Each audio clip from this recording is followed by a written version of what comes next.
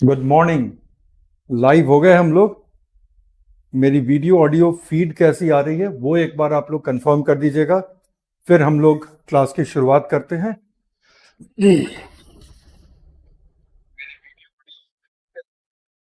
Okay, so audio feed भी मुझे मिल गई और ऑडियो फीड तो ठीक ठाक आ रही है। मयूर कह रहे हैं परफेक्ट। ठीक है, चलो एक मिनट। अब कोई रिफ्लेक्शन वगैरह तो नहीं आ रही बोर्ड पे? नहीं, अब रिफ्लेक्शन भी नहीं आ रही। आप लोगों का चैट भी चल रहा है, मैं अपने आप को देख भी पा रहा हूं। बस मेरा अपना रिफ्लेक्शन आ रहा है, उसका क्या किया किया जा सकता है? बस एक बार थोड़ा सा थोड़ी सेटिंग वगैरह देख लें।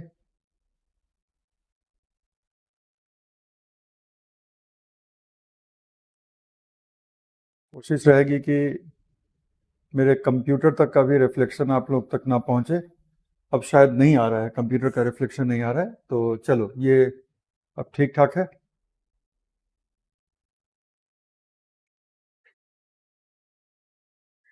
हाँ, डन। तो अब शुरू कर ली जाए। कल आप लोगों का चैट वगैरह नहीं चल रहा था, तो कल मतलब मैं बिना कुछ देखे कि आप लोगों को क्या चीज़ें समझ में आ रही हैं, आप लोगों के क्या क्वेश्चन है, मैंने कोशिश की कि आराम आराम से पढ़ाऊं, ताकि अगर आप चैट के थ्रू अपना क्वेश्चन नहीं भी पूछ पा रहे हैं तो कोई प्रॉब्लम ना हो। शायद कुछ बैचेस में ये भी हुआ कि मेरी वीडियो नहीं आ रही थी, कुछ बैचेस में ये भी हुआ है, तो उसके लिए भी रिकॉर्ड करना लाजमी था। तो बहरहाल आप लोग कल वाले टॉपिक को, जो नैनो टेक्नोलॉजी था, कल वाले टॉपिक को अच्छे से एक बार वीडियो के लेवल पे देख लीजिएगा। और अगर कोई क्वेश्चन नैनो टेक्नोलॉजी पर होगी तो उस क्वेश्चन को हम लोग शायद फ्राइडे को, फ्राइडे तो कल ही है, तो फ्राइडे को हम लोग एक सेगमेंट थोड़ा सा लास्ट में रख लेंगे जिसमें कि हम लोग उस टॉपिक को देख लेंगे। ठीक है, तो आज के सेशन में हम लोग करने जा रहे हैं रोबोटिक्स। तो डेट हो गई 2 नवंबर ऑफ 2023। साल का सेकेंड लास्ट मंथ आ गया है और बचे हुए 60 डेज में आज के दिन को मिला करके कोशिश ये होनी चाहिए कि तमाम फेस्टिविटीज वगैरह के बावजूद आप कम से कम 50 टू 52 डेज अपने रूटीन, अपने प्लान पर स्टिक करके बिताएं।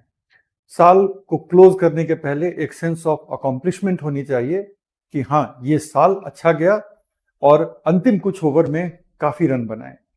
वो सेटिस्फैक्शन जो होती है कि लास्ट के 10 ओवर में आपने जम के रन बनाए, तो आप स्टूडेंट हैं तो आपके लिए जम के रन बनाने का मतलब है कि आप एक 50-60 डेज का टारगेट सेट करिए और थोड़ा एम्बिशियस वाला टारगेट सेट कीजिए। इजी वाला टारगेट मत सेट कीजिएगा कि उसको एकॉम्प्लिश करके भी आपको कुछ अच्छा महसूस ना हो। तो डिफिकल्ट टारगेट सेट करिए और डिफिकल्ट टारगेट को फिर मीट करने की कोशिश करिए, और मीट भी आप कर लेंगे अगर 100% अपने आप को अप्लाई कर लेते हैं तो। ठीक है, तो उस डिफिकल्ट टारगेट को मीट करिए। इस साल को उस हिसाब से हम लोग क्लोज करेंगे। मैं आप लोगों के साथ हूं जहां भी मेरी जरूरत आप लोगों को पड़ेगी। 10:35 हो चुका है। ये हमारा सेशन 18 है और आज के इस सेशन में हम देखने जा रहे हैं रोबोट्स एंड रोबोटिक्स। आज की डेट का एक बड़ा इंपॉर्टेंट टॉपिक है रोबोट्स एंड रोबोटिक्स। बहुत सारी अच्छी चीजें भी रोबोट्स और रोबोटिक्स की वजह से हो रही हैं, लेकिन उसके लिए कुछ कॉज ऑफ कंसर्न भी हैं, कुछ चीजों को लेकर के चिंताएं भी बनी हुई हैं वर्ल्ड वाइड पॉलिसी मेकर्स के लेवल पे। सबसे पहली और जो सबसे बड़ी चिंता है वो ये है कि रोबोट्स की वजह से जॉब जा रहे हैं।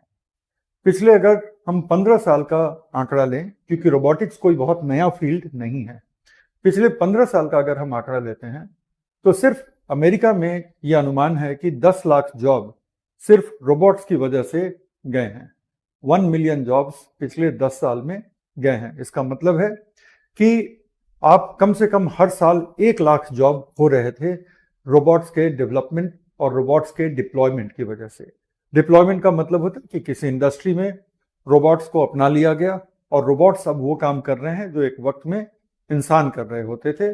उस हिसाब से अगर देखें तो रोबोट्स ऑलरेडी एक कंट्री में, जिसकी जनसंख्या बस 40 करोड़ है, वहां पे 10 लाख जॉब्स को ले गई है, जो कि प्रॉपरली कैलकुलेटेड है। कई ऐसे भी जॉब लॉसेस होंगे जो कैलकुलेट नहीं हुए होंगे, जो डेटा में नहीं आए हैं, लेकिन वो भी जॉब लॉस हुए हैं। इंडिया भी रोबोटिक्स के एप्लीकेशन और एडॉप्शन में कोई खास पीछे नहीं है। आज ई कॉमर्स का इतना बड़ा बूम है, तो हर ई कॉमर्स के लिए एक बहुत बड़े वेयर हाउस की जरूरत पड़ती है, और कंट्री में कई सारे इनके बहुत बड़े बड़े वेयर हाउसेज होते हैं, जहां पर वो सामान सप्लायर से लेकर के इकट्ठा किए जाते हैं, जहां से डिस्पैचेस होनी है। वेयर हाउस का ऑपरेशन इतना कॉम्प्लेक्स होता है और वहां पे स्पीड की इतनी जरूरत होती है कि ज्यादातर बड़ी कंपनियों के वेयर हाउसेज में रोबोट्स काम करते हैं सप्लायर से आई हुई चीजों को सही शेल्फ में डालने की, और रोबोट्स के रिकॉर्ड में वो रहता है कि ये वाला आइटम कौन से शेल्फ में डाला है। तो जब उसके डिस्पैच की बारी आती है तो रोबोट्स उस शेल्फ से 1 piece 2 piece as per the order वो लेकर आता है, और रोबोट को कमांड करने की जरूरत नहीं होती कि आप रोबोट को कमांड कर रहे हैं कि जाओ ये नोकिया के 2 फोन लेके आ जाओ। नोकिया का फोन ऐसे कोई यूज नहीं करता है, तो लेकिन चलो जाओ सैमसंग का ये 2 फोन लेकर आ जाओ। तो रोबोट को वो कमांड नहीं करना होगा। रोबोट ऑटोमेटिकली अमेजॉन के ऑर्डर वाले सर्वर से कमांड हो रहा है। अमेजॉन पे ऑर्डर आया, ये पता है कि ये वाले वेयर हाउस से इसकी सप्लाई होनी है। इस वेयर हाउस में जो रोबोट हैं उनको ऑलरेडी ये इंस्ट्रक्शन चला जाता है कि आप ये लेकर के पैक करके रखिएगा और उस पर ये लेबल लगाना है। रोबोट्स ये सारा काम करते हैं। और सिर्फ अमेजॉन अकेला नहीं है, बहुत बड़े लेवल पे फ्लिपकार्ट यूज कर रही है, काफी बड़े लेवल पर वो सारे ई कॉमर्स यूज कर रहे हैं, जैसे टाटा क्लिक वगैरह, जिनके पास बहुत ज्यादा इन्वेंट्री है, जिनको अपना वेयर हाउस बनाना पड़ रहा है। इंडिया का automobile manufacturing, car, jeep, truck, बस की मैन्युफैक्चरिंग, या यहां तक कि अब बहुत सारे बाइक की मैन्युफैक्चरिंग में जो असेंबली लाइन होती है कि एक एक करके उस गाड़ी के कंपोनेंट को जोड़ा जाता है और जोड़ करके एक गाड़ी बनती है, चाहे वो बाइक हो या लग्जरी कार हो या फिर वो एक ट्रक हो। तो इसको हम कहते हैं असेंबली लाइन। तो इंडिया में लगभग 99% असेंबली लाइन ऑपरेशंस, यकीन करो ये एग्जैजरेशन नहीं है, 99% असेंबली लाइन ऑपरेशंस खासतौर पे कार मैन्युफैक्चरिंग में ये पूरी तरह से रोबोटिक हो चुका है। ह्यूमन बींग्स कंट्रोल करते हैं, क्वालिटी को चेक करते हैं, सब कुछ करते हैं, लेकिन जहां ऑपरेशंस की बात है वो 99%, 100 कहने में हेजिटेट कर रहा हूं इसलिए मैं 99% कह रहा हूं, वो रोबोटिकली कंट्रोल होता है। अगर कार में 100 कंपोनेंट लगने हैं, 100 से बहुत ज्यादा कंपोनेंट होते हैं, तो कार में अगर 100 कंपोनेंट लगने हैं तो आप यकीन करो कि उसमें से 99 कंपोनेंट रोबोटिक असेंबली लाइन लगा रही है। इतने ज्यादा लेवल पे ऑटोमोबाइल मैन्युफैक्चरिंग का ऑटोमेशन हो चुका है हमारे कंट्री में।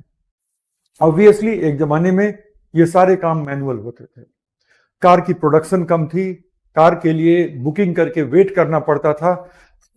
आज उतना वेटिंग नहीं है, जबकि डिमांड कई गुना बढ़ गया है। वेट आज भी है क्योंकि डिमांड जिस तेजी से बढ़ा है, और खासतौर पे उन मॉडल्स का जो थोड़ा पॉपुलर वगैरह है, तो वहां पे डिमांड और सप्लाई दोनों के बीच आज भी मिसमैच है। उसके अलावा एक और बात होती क्या है कि कार के जो माइक्रोचिप्स होते हैं, वर्ल्ड में अभी माइक्रोचिप की थोड़ी शॉर्टेज चल रही है। तो बाकी कार आप असेंबल कर लोगे, लेकिन कार का जो ऑटोमेशन सिस्टम है जिसको कंट्रोल करने के लिए माइक्रो प्रोसेसर्स चाहिए, वो माइक्रो प्रोसेसर्स वो पोस्ट कोविड वक्त में थोड़े से शॉर्ट सप्लाई में चल रहा है, और इस वजह से कार्स की मैन्युफैक्चरिंग, कार्स की फैक्ट्री गेट से जो रोलिंग आउट होती है वो कम हो गई है। तो वो सब रीजन हो सकते हैं, लेकिन रोबोटिक मैन्युफैक्चरिंग ऑटोमेशन की वजह से प्रोडक्शन कई गुना बढ़ा है। तो कंसर्न्स भी हैं और बहुत सारे बेनिफिट्स भी हैं। रोबोटिक सर्जरी होती है और बहुत सक्सेसफुल सर्जरी होती है। तो ये है पूरा का पूरा। इस टॉपिक में हम लोग 8 डायमेंशंस को टच करेंगे, और जो फैक्चुअल वाले डायमेंशन हैं उनको बेसिकली हम बस टच ही करेंगे, जो फैक्चुअल वाले हैं, और उनको आप अपने पीडीएफ में एक बार पढ़ लेंगे। मिसाल के तौर पे रोबोट्स कहाँ कहाँ अप्लाई होते हैं, तो उसके जो अंडरलाइंग प्रिंसिपल हैं वो हम समझेंगे। लेकिन अब एक एक एग्जाम्पल जो है यहां पे बताना टाइम का वेस्टेज होगा, इसलिए वो पार्ट पीडीएफ में आप एग्जाम्पल्स देख लेंगे, क्योंकि एग्जाम्पल्स बस एक फैक्ट मात्र होते हैं। तो इस तरह से आज की क्लास को हमने प्लान किया है। तो वो 8 पार्ट्स क्या हैं इस टॉपिक के? What are those 8 parts?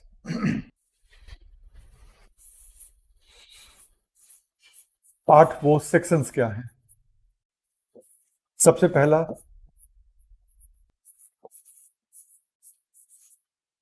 Robots क्या है? What are robots?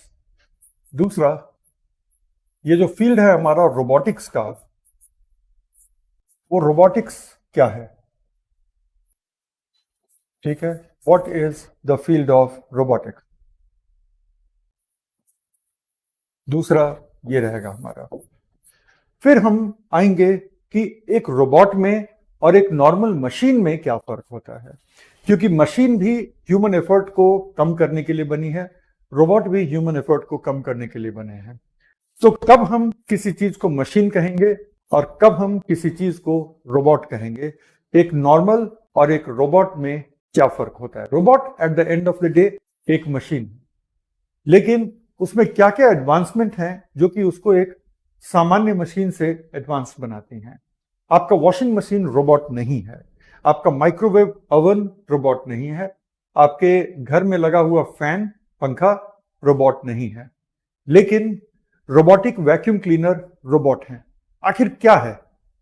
जैसे पंखा हवा देता है, फ्रिज चीजों को ठंडा रखता है, वॉशिंग मशीन कपड़ों को धोता है, तो उसी तरह से रोबोटिक वैक्यूम क्लीनर जो है वो फर्श पे मूव करता है और फर्श से धूल को खींच लेता है, तो आपके फर्श की सफाई हो जाती है, करेक्ट। लेकिन वो क्या है कि उस रोबोटिक वैक्यूम क्लीनर को वो रोबोटिक बनाता है, और जो नॉर्मल वैक्यूम क्लीनर है जिसको मैं हाथ में लेकर के और घर के फ्लोर पे वैक्यूम करता हूं, उसको हम सिर्फ वैक्यूम क्लीनर कहते हैं, मतलब वो सिर्फ मशीन के दायरे में आती है। और ये जो रोबोटिक वाला है वो, उसमें ऐसी क्या खासियत है कि वो रोबोट है? तो वो हम देखेंगे कि डिफरेंस बिटवीन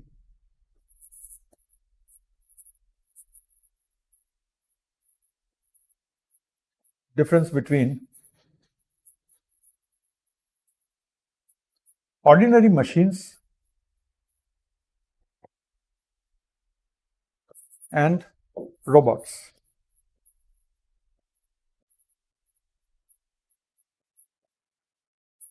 सामान्य मशीनों और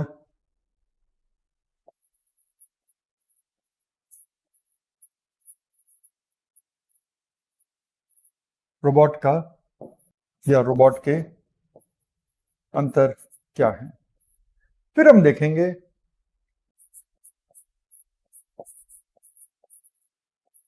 रोबोट्स एंड रोबोटिक्स का, इस क्षेत्र का विकास कैसे हुआ, इस क्षेत्र में जो प्रारंभिक उपलब्धियां थीं, जो प्रारंभिक थ्योरेटिकल चीजें थीं, वो कैसी थीं, क्या रहीं। और फिर उसके बाद हम देखेंगे फिफ्थ एरिया, रोबोट के कंपोनेंट्स, मतलब कि रोबोट्स के घटक।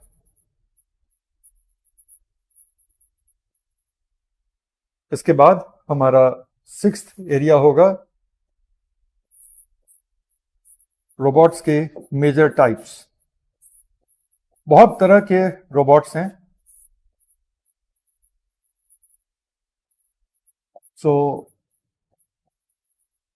मेजर टाइप्स हम देखेंगे।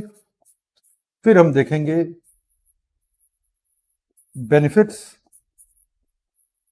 एंड एप्लीकेशंस,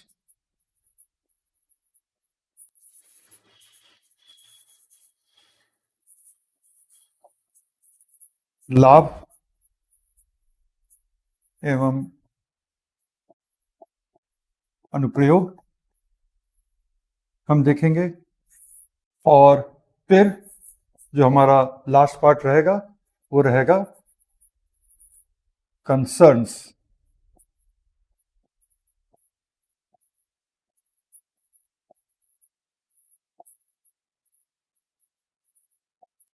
चिंतनीय मुद्दे। इसको आप लोग अब लिख लें।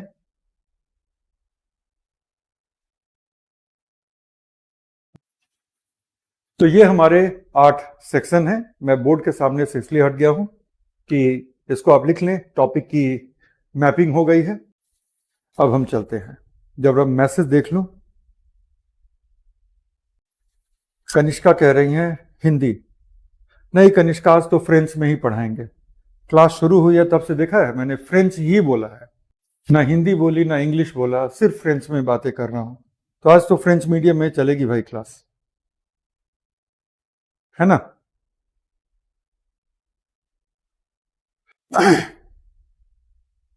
बाकी लोगों को फ्रेंच मीडियम से कोई दिक्कत नहीं है ना, क्योंकि हिंदी में तो मैं बोल ही नहीं रहा था क्लास की शुरुआत से, और इंग्लिश भी नहीं बोली, तो कैसे समझिएगा आप लोग।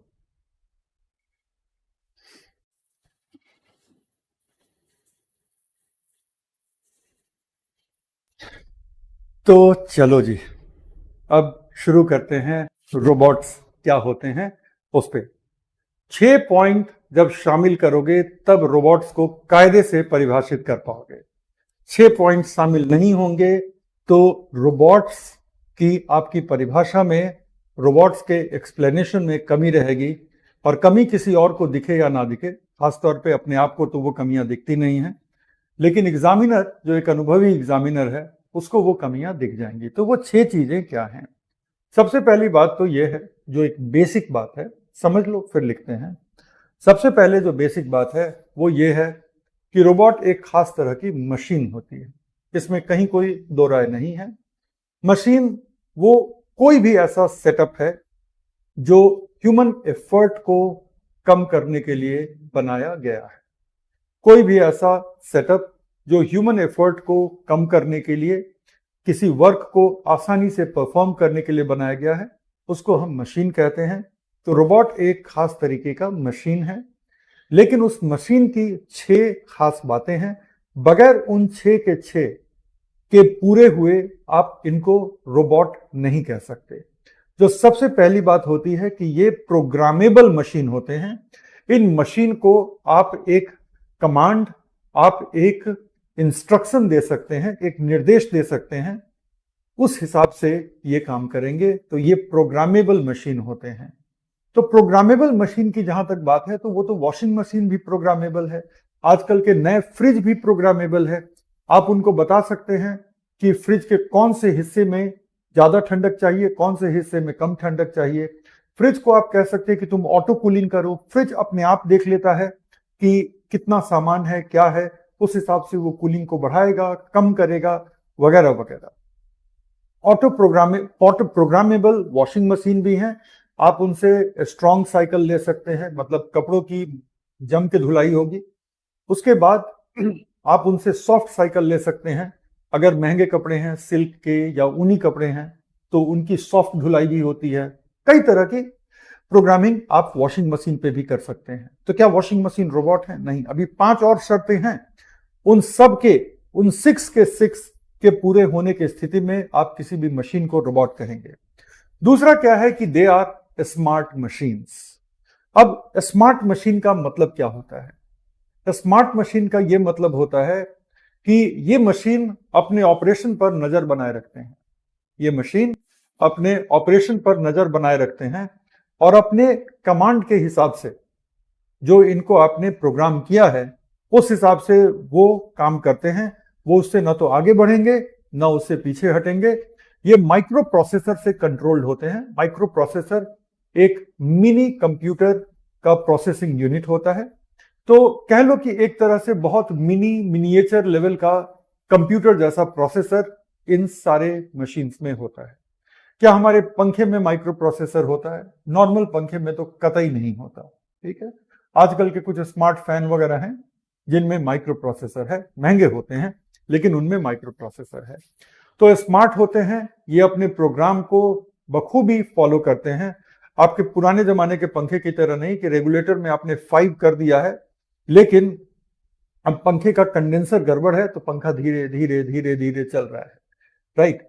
रोबोट्स में या किसी भी स्मार्ट मशीन में वो अपने परफॉर्मेंस को हमेशा ही अपने प्रोग्राम के साथ मैच करता है कि जो प्रोग्राम निर्देश मुझे दिया गया है उसके साथ मेरा परफॉर्मेंस है या नहीं है। तीसरा, अक्सर ये कॉम्प्लेक्स काम करते हैं। जो रोबोट्स होते हैं they give effect to complex task. So पंखे की तरह नहीं है कि बस ब्लेड को घुमाना है, या फिर वॉशिंग मशीन की तरह नहीं है कि बस टब का जो एक रोटेटरी पार्ट है जिसको ड्रम कहते हैं उसको घुमाना है। यहां पर कॉम्प्लेक्स टास्क होते हैं। कॉम्प्लेक्सिटी का कोई भी लेवल हो सकता है। खासतौर पे असेंबली लाइन के रोबोट्स को देखो, जहां पे कार असेंबल होते हैं, वहां के आप रोबोट्स को देखोगे तो आप दंग रह जाओगे कि ह्यूमन आर्म्स में उतने जॉइंट्स नहीं होते। हमारे आर्म्स में कितने जॉइंट है? एक शोल्डर जॉइंट है जिससे कि हम इसको रोटेट कर सकते हैं, ठीक है। दूसरा एल्बो जॉइंट है जो रोटेट नहीं होता, जो सिर्फ फ्लेक्स होगा, ठीक है, ऐसे मुड़ेगा और सीधा होगा। तीसरा आपका रिस्ट है जहां पे कुछ हद तक आप रोटेट कर सकते हैं, और रिस्ट के आगे जितने हैं वो बस ओपन और क्लोज होगा, बस इतने ही जॉइंट हैं। जॉइंट्स को काउंट कर लो कितने जॉइंट्स हैं। एक जॉइंट ये है, दूसरा जॉइंट ये है, तीसरा जॉइंट रिस्ट का है, ठीक है। चौथा जॉइंट नकल जॉइंट होता है, तो चौथा ये, और पांचवा जॉइंट जो होता है मिड फिंगर में होता है। छठा जॉइंट यहां पर होता है टिप पर, और आपके थंब में वो छठा जॉइंट नहीं होता। इतने ही जॉइंट है ना। मैक्सिमम आपके आर्म्स में 6 जॉइंट है। असेंबली लाइन के रोबोट्स को देखोगे 12-12 जॉइंट के साथ ऐसे मूव करके वो ऐसी जगह पे चले जाएंगे जहां पर आप कल्पना नहीं कर सकते थे कि ह्यूमन हैंड से वो प्रेसिजन आ सकेगा। तो ये कॉम्प्लेक्स टास्क को अंजाम देते हैं रोबोट्स जो होते हैं। रोबोट्स में मल्टीपल सिस्टम्स होते हैं जो एक दूसरे के साथ मिलजुल करके काम करते हैं। मतलब कि रोबोट का एक मैकेनिकल सिस्टम होगा जिससे कि कई रोबोट मूव करते हैं। एक जगह पे वो स्टेशनरी नहीं रहते, थोड़ा मूव करके काम करते हैं, तो वो मूव करेंगे। अगर वो स्टेशनरी रोबोट भी है, एक ही जगह फिक्स है, जैसे कार के असेंबली लाइन वाला जो रोबोट है वो एक ही जगह फिक्स है, तो अगर वो एक ही जगह फिक्स भी है तो भी जो उसके रोबोटिक आर्म्स हैं वो तो मूव करते होते हैं, ठीक है। तो वो उसका मैकेनिकल सिस्टम हो गया। इसके अलावा रोबोट को एक पावर सप्लाई चाहिए, तो उसका एक इलेक्ट्रिकल सिस्टम होता है। फिर रोबोट के अंदर की एक इलेक्ट्रॉनिक सर्किट होती है, तो उसका एक इलेक्ट्रॉनिक सिस्टम होता है। And last but not the least, robot की प्रोग्रामिंग के लिए उसका एक अपना सॉफ्टवेयर सिस्टम होता है।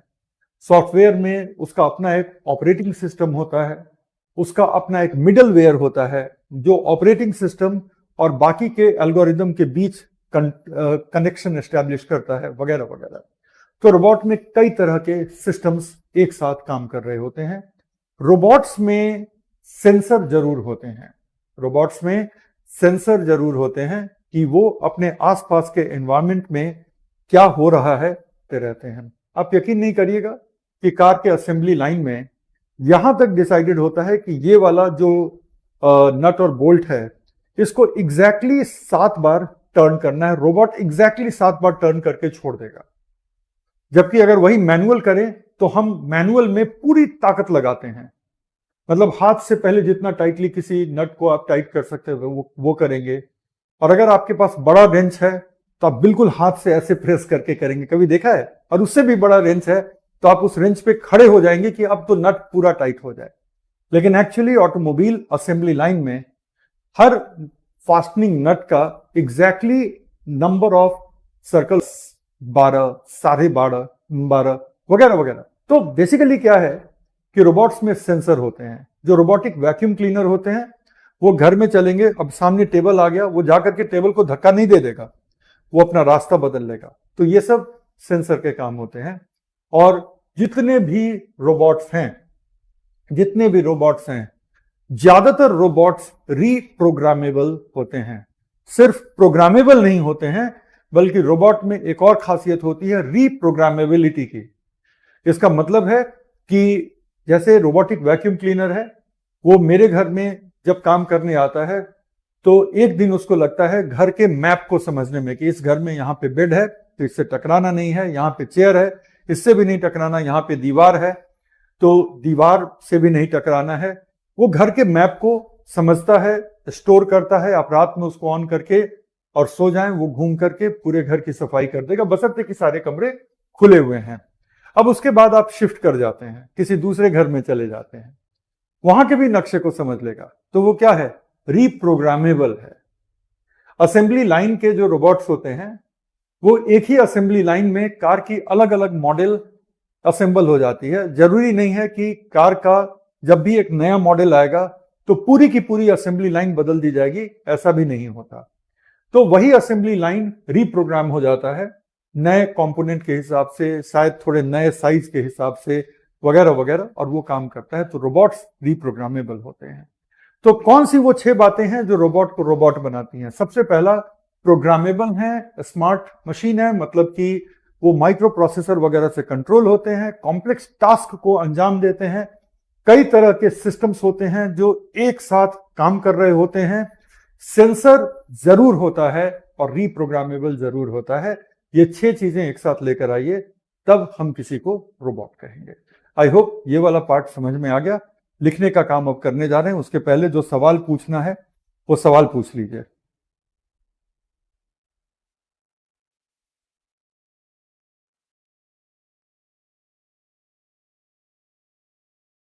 कोई सवाल है?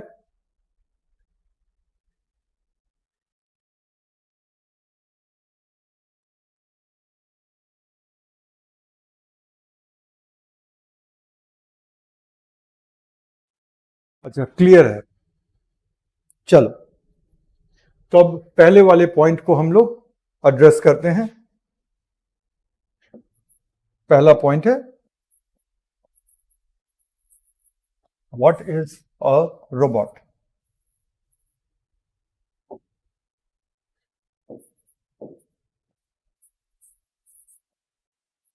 A special type of machine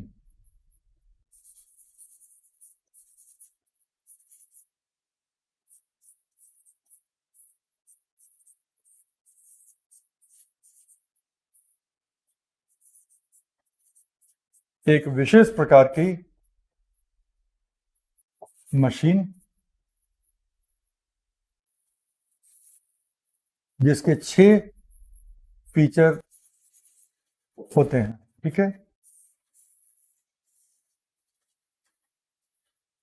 सबसे पहला क्या है?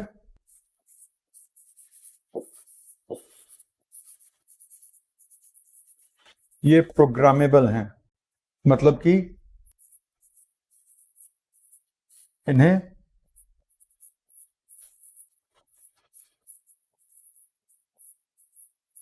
निर्देशित किया जा सकता है। ठीक है, दूसरा, स्मार्ट है, मतलब कि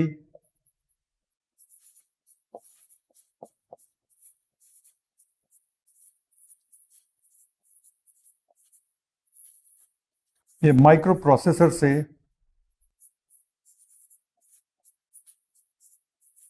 नियंत्रित होते हैं, controlled by a micro processor and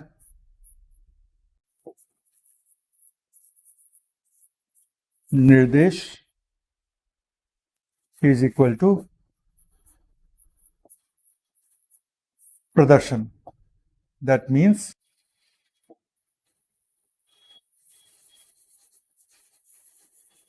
command is equal to performance.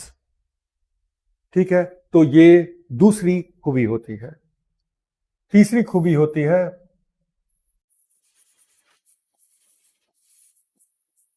Complex tasks.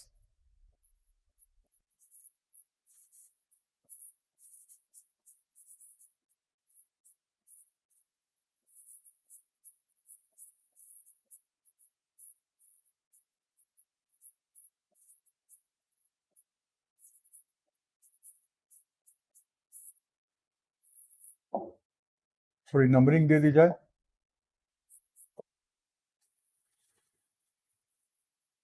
तो ये जटिल कार्यों को कर पाने की क्षमता रखता है।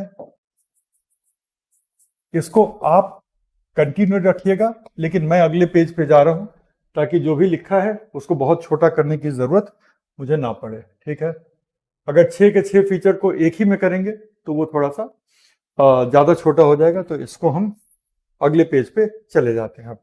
इतना आप लोगों ने लिख लिया है?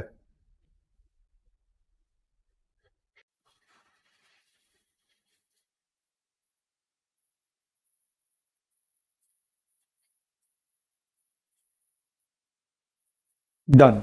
चलो,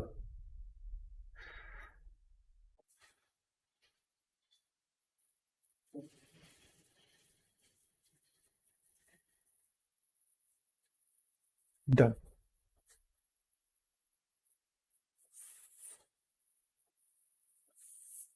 अब हम फोर्थ पे आते हैं।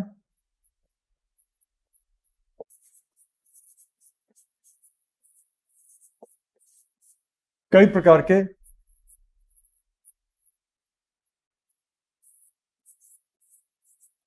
मशीनी तंत्र के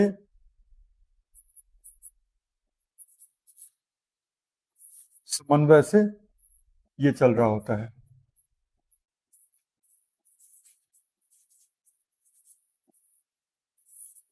operation bye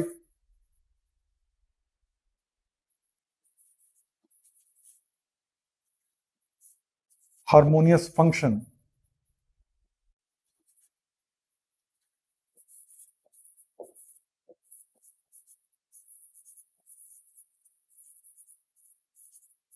of different systems. और वो डिफरेंट सिस्टम्स क्या हैं? मैकेनिकल सिस्टम है, जिसको हम कहते हैं यांत्रिक सिस्टम। फिर इसका अपना एक इलेक्ट्रिकल सिस्टम होता है। फिर इसका अपना एक इलेक्ट्रॉनिक सिस्टम होता है। फिर एक सॉफ्टवेयर सिस्टम होता है। तो ये फोर्थ हो गया हमारा। फिफ्थ है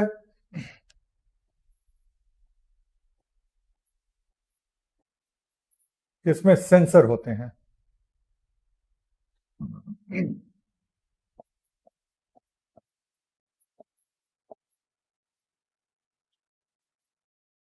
संवेदी यंत्र होते हैं, जिनसे आसपास की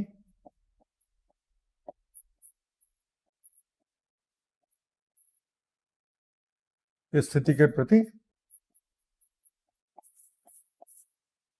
ये रिस्पॉन्सिव होते हैं, ये सेंसिटिव होते हैं।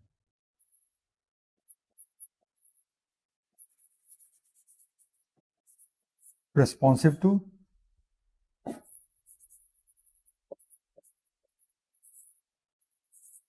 Surrounding conditions. और लास्ट पॉइंट है हमारा क्या? लास्ट पॉइंट है हमारा जो सिक्स्थ है, वो ये है कि ये रीप्रोग्रामेबल होते हैं। इसका मतलब है कि इन्हें पुनर्निर्देशित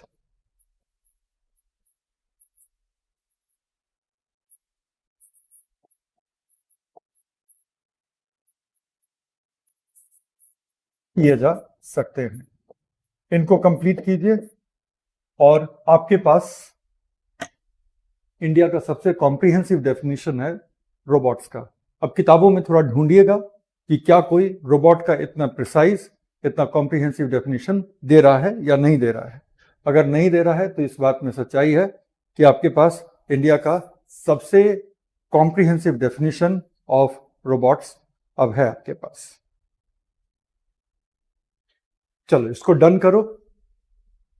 फिर आगे चलते हैं और हमारा सेकंड पार्ट आएगा, जिसको हम कहते हैं रोबोटिक्स का फील्ड क्या है।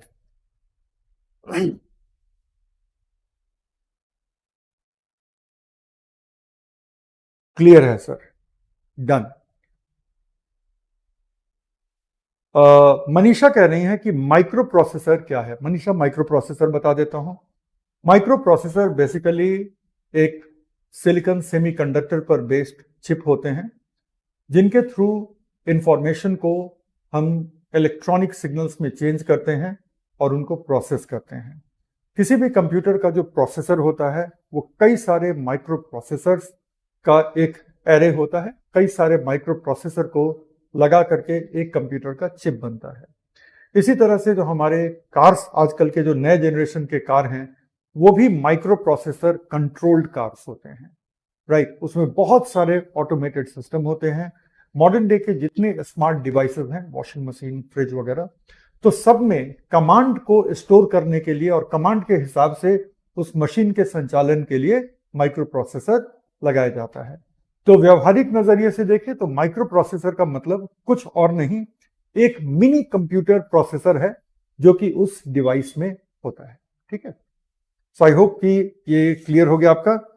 अब हम आते हैं रोबोटिक्स पे, सेकंड पार्ट आज की क्लास का।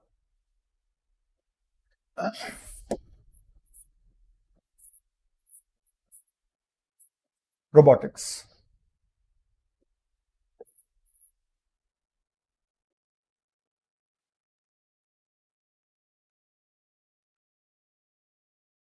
रोबोटिक्स जो है वो एक इंटरडिसिप्लिनरी फील्ड है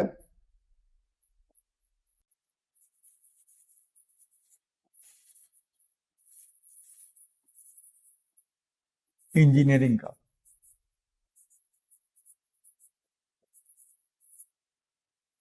मतलब ये इंजीनियरिंग का एक ऐसा फील्ड है जहां पे इंजीनियरिंग के दूसरे ब्रांचेस से बहुत ज्यादा इनपुट लिया जाता है।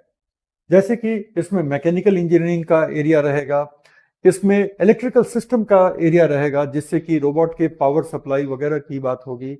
यहाँ पर इलेक्ट्रॉनिक्स का एक बहुत बड़ा कंपोनेंट होगा और साथ ही साथ इसको लेकर के जो सॉफ्टवेयर, ऑपरेटिंग सिस्टम, इसके जो अपने एल्गोरिदम होते हैं उसका एक अलग सिस्टम होगा। तो इन नटशेल अगर हम देखें तो रोबोट्स इंजीनियरिंग की एक इंटरडिसिप्लिनरी एरिया है। इंटरडिसिप्लिनरी को हिंदी में क्या बोलते हैं? अंतर अनुशासनात्मक। ठीक है, मतलब कि कई फील्ड को मिला करके, तो हर स्टडी के फील्ड को एक अनुशासन इंग्लिश में कहते हैं और डिसिप्लिन, तो इस तरह से बनता है अंतर अनुशासनात्मक क्षेत्र, या फिर आप कह सकते हैं अंतर विषयी क्षेत्र, कि जिसमें इंजीनियरिंग के कई विषयों का समावेश है, तो उसको आप इंटरडिसिप्लिनरी फील्ड कहते हैं। ठीक है ना? एकदम भयंकर वाली शुद्ध हिंदी में जाएंगे तब अंतर अनुशासनात्मक है, और नहीं तो अंतर विषयी क्षेत्र कहेंगे। ठीक है, और इस क्षेत्र का जो मेन कंपोनेंट है वो होगा, एक सेकंड, जैसा कि हम बता रहे थे कि इसका जो मेन होगा वो होगा मैकेनिकल इंजीनियरिंग। आप में से कितने लोग मैकेनिकल इंजीनियर हैं? जरा एक बार बताइए तो, आप में से कितने लोग मैकेनिकल इंजीनियर हैं?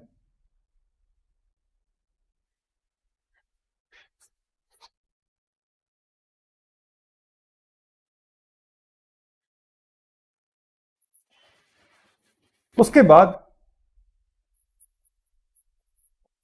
इलेक्ट्रॉनिक्स,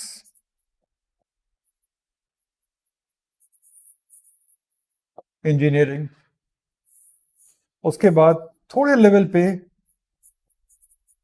इलेक्ट्रिकल भी है, और अब तो CS एंड AI भी है। CS का मतलब होता है कंप्यूटर साइंस, और AI तो पूछना भी मत कि AI क्या होता है, मुझे तो बहुत खतरनाक चीज लग रही है।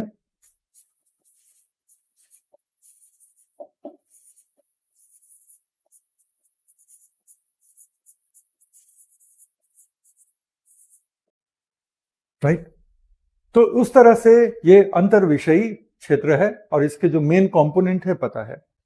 इस फील्ड में 5 चीजें की जाती हैं रोबोट्स को लेकर के। पहले ये चार्ट बना लो अगर नहीं बनाया है तो।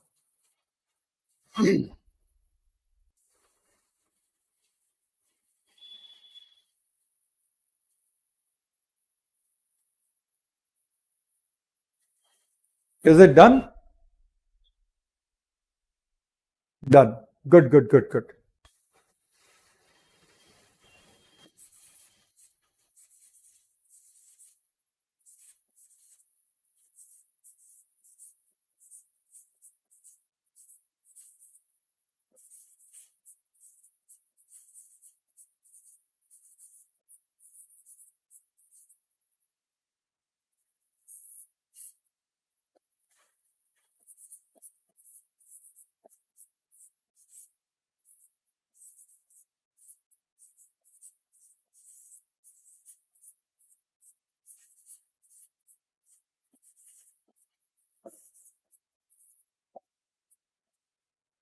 ठीक है, तो रोबोट्स के संदर्भ में जो रोबोटिक्स का फील्ड है उसके 5 उद्देश्य हैं।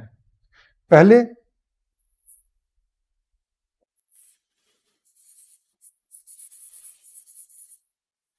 Study and research.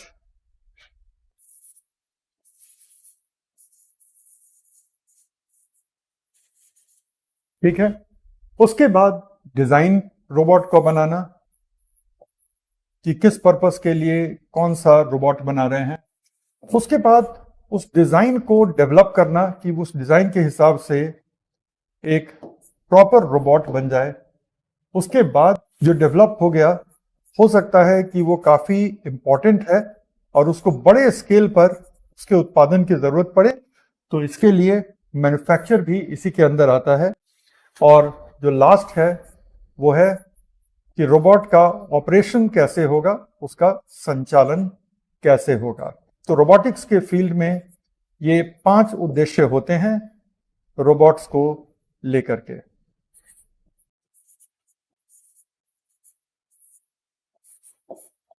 इससे ज्यादा जानने की जरूरत नहीं है, वो एग्जाम के दायरे से बाहर रहेगा और हमें अपने एनर्जी को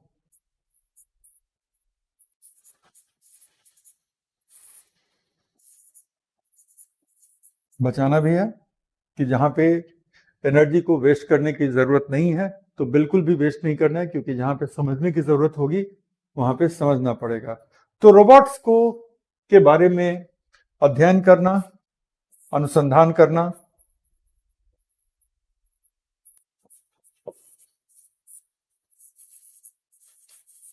उनको विन्यस्त करना, डिजाइन करना कि क्या है कैसे है, फिर उनका डेवलपमेंट कि जो डिजाइन है उस हिसाब से ये डेवलप हुआ कि नहीं।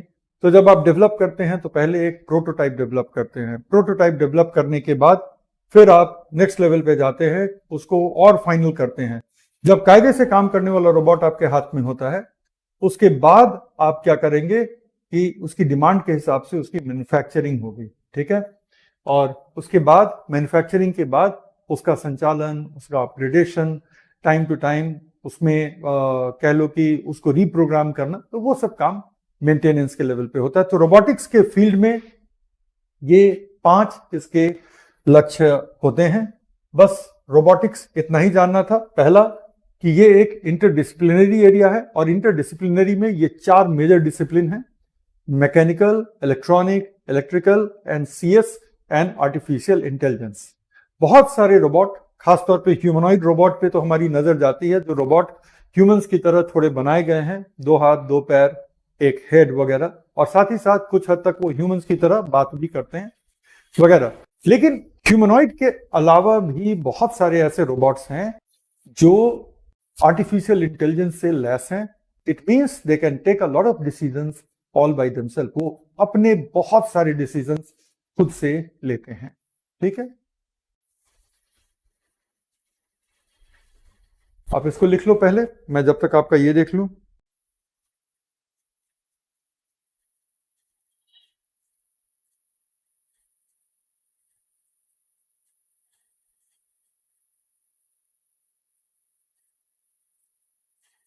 एक स्टूडेंट हैं, जीरो एस्पिरेंट, वो कहते हैं electrical plus computer is electronic. गलत है। अब क्लास के बाद ढूंढ लेना कि क्यों गलत है, लेकिन बहुत भयंकर वाला गलत है। In electrical, we do high voltage and in electronic we do low voltage, बस उतना ही फर्क नहीं है, और भी फर्क है।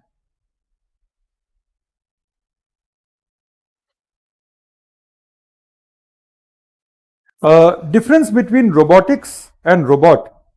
रोबोट उस मशीन का नाम है जो कॉम्प्लेक्स होता है, माइक्रो प्रोसेसर कंट्रोल्ड होता है, प्रोग्रामेबल होता है वगैरह, और उस मशीन को बनाने वाली फील्ड, उस मशीन को स्टडी करने वाली फील्ड को रोबोटिक्स का फील्ड कहते हैं। तो रोबोटिक्स अध्ययन का एक क्षेत्र है और रोबोट उस क्षेत्र का आउटकम है।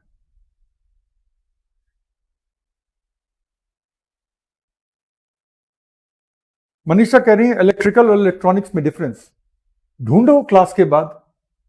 मैं अभी रोबोटिक्स पढ़ा रहा हूं तो यहां से कोई भी विषयांतर मैं नहीं करने वाला, लेकिन ढूंढोगे तो मिल जाएगा। और ये सारी चीजें उत्सुकता होनी बहुत वाजिब है और होनी भी चाहिए, बट जो विषय से हटके उत्सुकता है उसकी सही जगह जो है क्लास के बाद है, और ढूंढोगे तो मिल जाएगा। You all are grown up.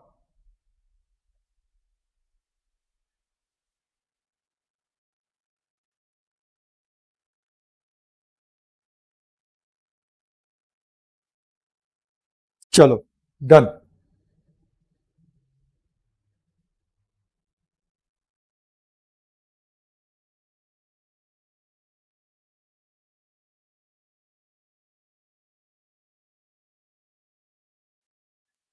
चलो अब हम तीसरे पॉइंट पर आते हैं। तीसरा पॉइंट है हमारा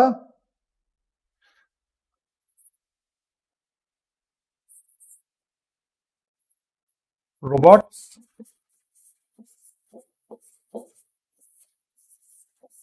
और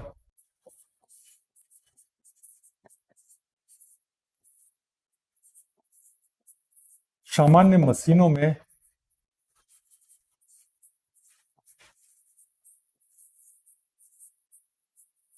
भिन्नताएं क्या हैं। डिफरेंस बिटवीन रोबोट्स एंड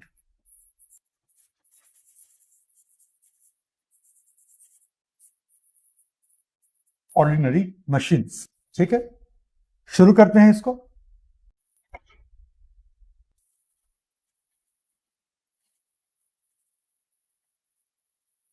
यहां पे कुछ कुछ एग्जाम्पल देंगे, लेकिन उन एग्जाम्पल को लिखने की उतनी जरूरत नहीं है, लेकिन कुछ एग्जाम्पल देना लाजमी रहेगा और वो आपके साथ शेयर करेंगे अब। ठीक है ना। सबसे पहले हम आते हैं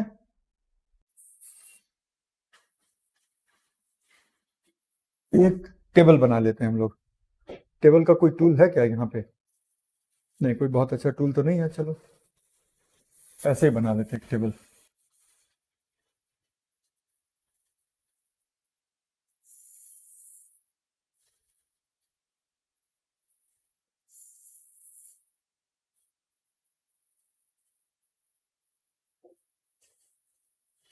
अब यहां पे लिखते हैं प्रॉपर्टी,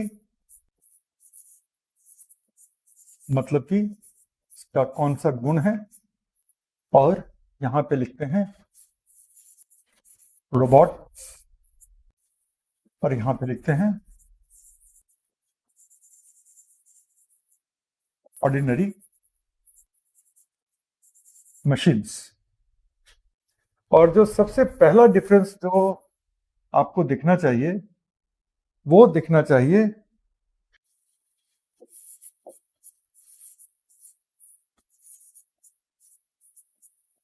कार्य क्षेत्र। ठीक है, that is range of task की अगर बात की जाए तो रोबोट्स का अपेक्षाकृत विस्तृत होता है,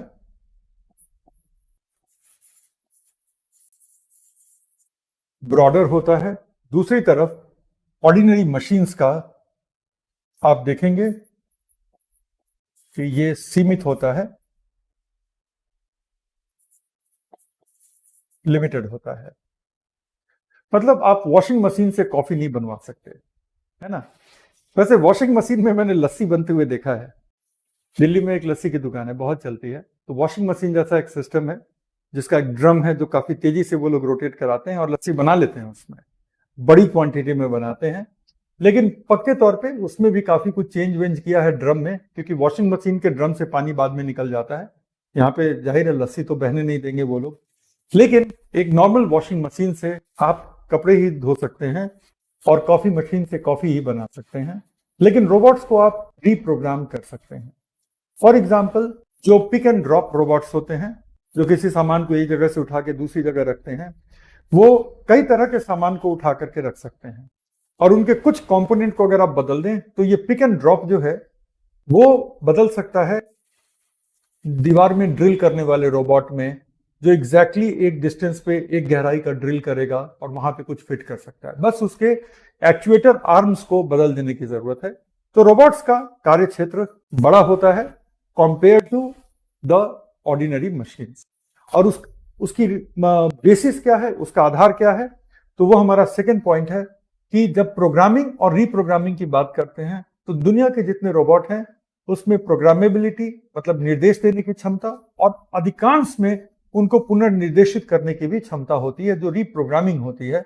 ऑन दी अदर हैंड अगर आप देखें तो मशीनों में प्रोग्रामिंग ही नहीं होती, रीप्रोग्रामिंग तो बहुत दूर की बात होती है। अब कुछ नए मशीन आने लग गए हैं कि जिनको कि कुछ हद तक आप प्रोग्राम कर सकते हैं, लेकिन फिर रीप्रोग्राम वगैरह करना उनके दायरे से बाहर है। तो जो हमारा दूसरा एरिया रहेगा वो यही रहेगा।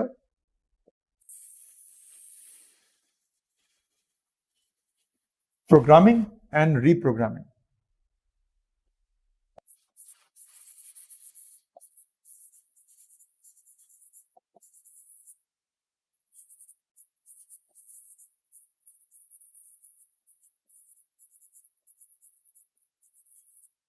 रोबोट्स में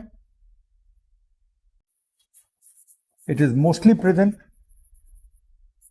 प्रोग्रामिंग और रीप्रोग्रामिंग को पहले मैंने हिंदी में लिख दिया है, तो अब दोबारा उसको लिखने की जरूरत नहीं है।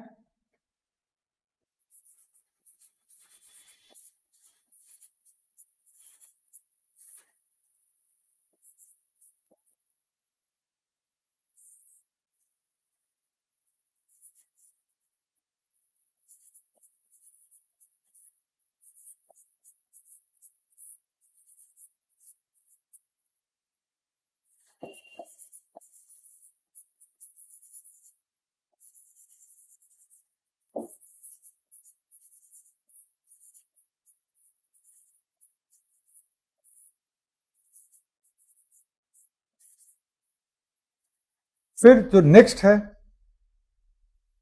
वो है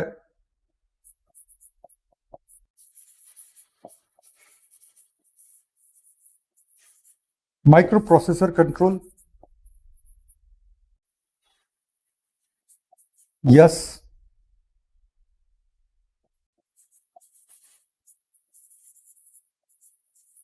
मोस्टली नो।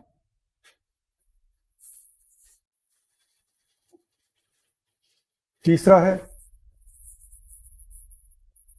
सेंसर्स। यस, यहां पे सीधा सीधा नो।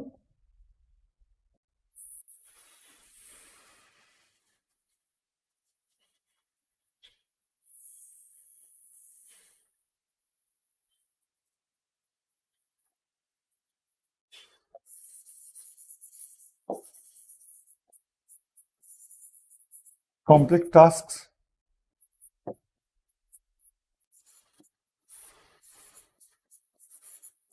जटिल कार्य, mostly yes, mostly no.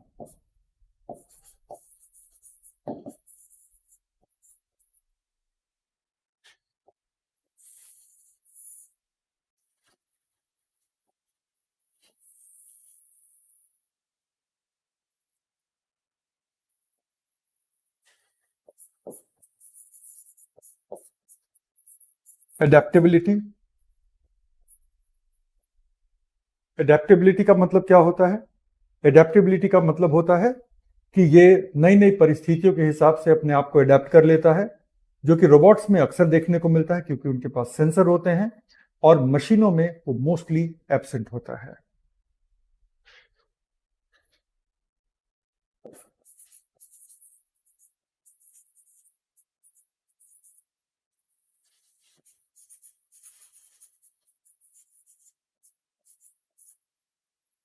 So well, ये सब हमारे कुछ ऐसे फीचर्स हैं जो आप देखोगे कि रोबोट्स में होते हैं और नॉर्मल मशीन में नहीं होते हैं। ठीक है, अब सारे पॉइंट यहां आ गए आपके एक जगह। आई डोंट नो इफ ये आपको दिख रहा है या नहीं।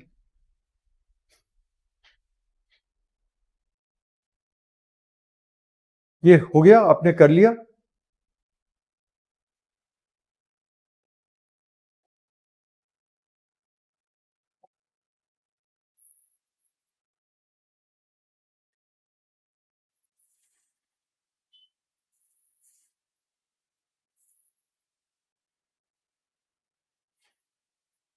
करेक्ट। तो रोबोट्स और मशीन के बीच के जो डिफरेंस के जो मेन पॉइंट हैं वो भी आपने अब कर लिए हैं। अब हम थोड़ा सा डेवलपमेंटल माइलस्टोन्स पे आते हैं। जो डेवलपमेंटल माइलस्टोन्स आप मतलब एक बेसिक लेवल पे समझ जाएं और उसको यहां पे लिखने की जरूरत नहीं है। डेवलपमेंटल माइलस्टोन हम चाहेंगे कि आप अपने पीडीएफ से पढ़ें, वो हिस्ट्री है रोबोट्स का, लेकिन उस हिस्ट्री के अपने कुछ फेजेस हैं और उन फेजेस को समझना जरूरी है। तो इसलिए वो डेवलपमेंटल माइलस्टोन थोड़ा आपको समझना चाहिए। ठीक है, तो हमारा जो फोर्थ पार्ट है वो है डेवलपमेंटल माइलस्टोन्स।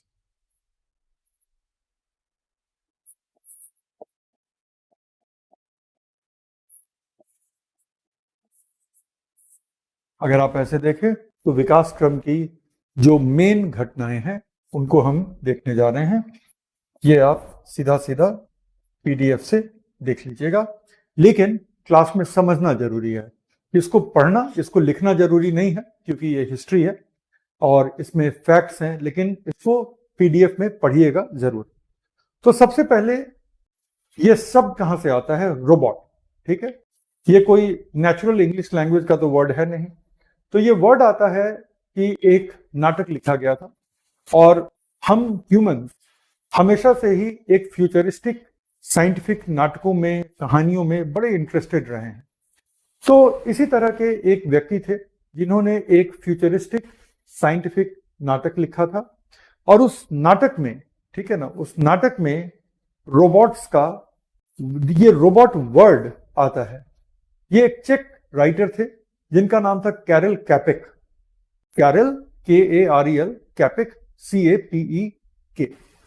सो कैरल कैपेक ने 1920 में ये नाटक लिखा था और उस 1920 में उस नाटक में उन्होंने एक ऐसे मशीन को इमेजिन किया था। 1920 में एक ऐसे मशीन को इमेजिन किया था जो बिल्कुल ह्यूमन की तरह बना हुआ है, ह्यूमन की तरह डिसाइड कर सकता है, ह्यूमन की तरह मूव कर सकता है, ह्यूमन की तरह काम कर सकता है और सबसे बड़ी बात है कि वो ह्यूमन के निर्देश के अंदर काम करता है। तो इसका मतलब है कि उससे जो मर्जी काम आपको कराना है करा लो, वो आपको ना नहीं बोलेगा। ठीक है, तो इस तरह की एक कल्पना थी एक नाटककार की। इसी चीज को थोड़ा आगे करते हुए एक रशियन स्टोरी राइटर थे, नाटक भी लिखते थे, आइजैक एसिमोव। अगर आप थोड़ा सा सर्च करेंगे तो उनकी बड़ी इंटरेस्टिंग किताबें आपको आज भी बिकती हुई मिल जाएंगी। आइजैक एसिमोव अब नहीं रहे, लेकिन बहुत सारी बुक्स हैं उनकी लिखी हुई जो बड़ी इंटरेस्टिंग साइंस फिक्शंस हैं। तो वो साइंस फिक्शन कभी वक्त मिले सिलेक्शन के बाद ही सही, तो वो साइंस फिक्शंस आप पढ़ेंगे तो आप देखेंगे कि किस हद तक वो जा सकते हैं। अब कैरल कैपेक की ही बात कर लो तो उन्होंने जिस तरह के रोबोट की इमेजिनेशन की थी वो ऑर्डिनरी रोबोट नहीं था। आज उसके लिए एक वर्ड है ह्यूमनॉइड रोबोट, और दूसरे रोबोट्स के कंपैरिजन में ह्यूमनॉइड रोबोट को बनाना कहीं डिफिकल्ट है। और उन्होंने ये भी देखा कि वो ह्यूमंस की तरह थोड़ा सोच सकता है, थोड़ा डिसाइड कर सकता है। इट मींस कि वो एआई की भी बात सोच रहे थे कि इसके अंदर, आज उसको हम आर्टिफिशियल इंटेलिजेंस कहते हैं लेकिन वो था तो ना, तो वो एआई जैसी बात सोच रहे थे। लेकिन एक्चुअली 1950 1960 वाले दशक में रोबोट जैसे मशीन को बनाने पे काम शुरू हो गए। कुछ अमेरिकन कंपनीज थी जिन्होंने इस तरह के मशीन को बनाना शुरू कर लिया और 1970 आते आते आप देखते हैं कि रोबोट में कॉम्प्लेक्सिटी आ गई। 1970 सोचो, आज से 50 साल पहले। तो अमेरिकन लैब्स में रोबोट्स बन रहे थे और रोबोट्स में अब कॉम्प्लेक्सिटी आ गई। उनका रोबोटिक आर्म, उनका एंड इफेक्टर, आर्म तो ये हो गया, एंड इफेक्टर ये हमारा हाथ और हमारी उंगलियां हो गई, इसके जॉइंट्स हो गए थे, ये एंड इफेक्टर होते हैं जिसके जरिए हम इस पेन को पकड़ सकते हैं, लिख सकते हैं, बॉटल को पकड़ के पानी पी सकते हैं, वगैरह वगैरह।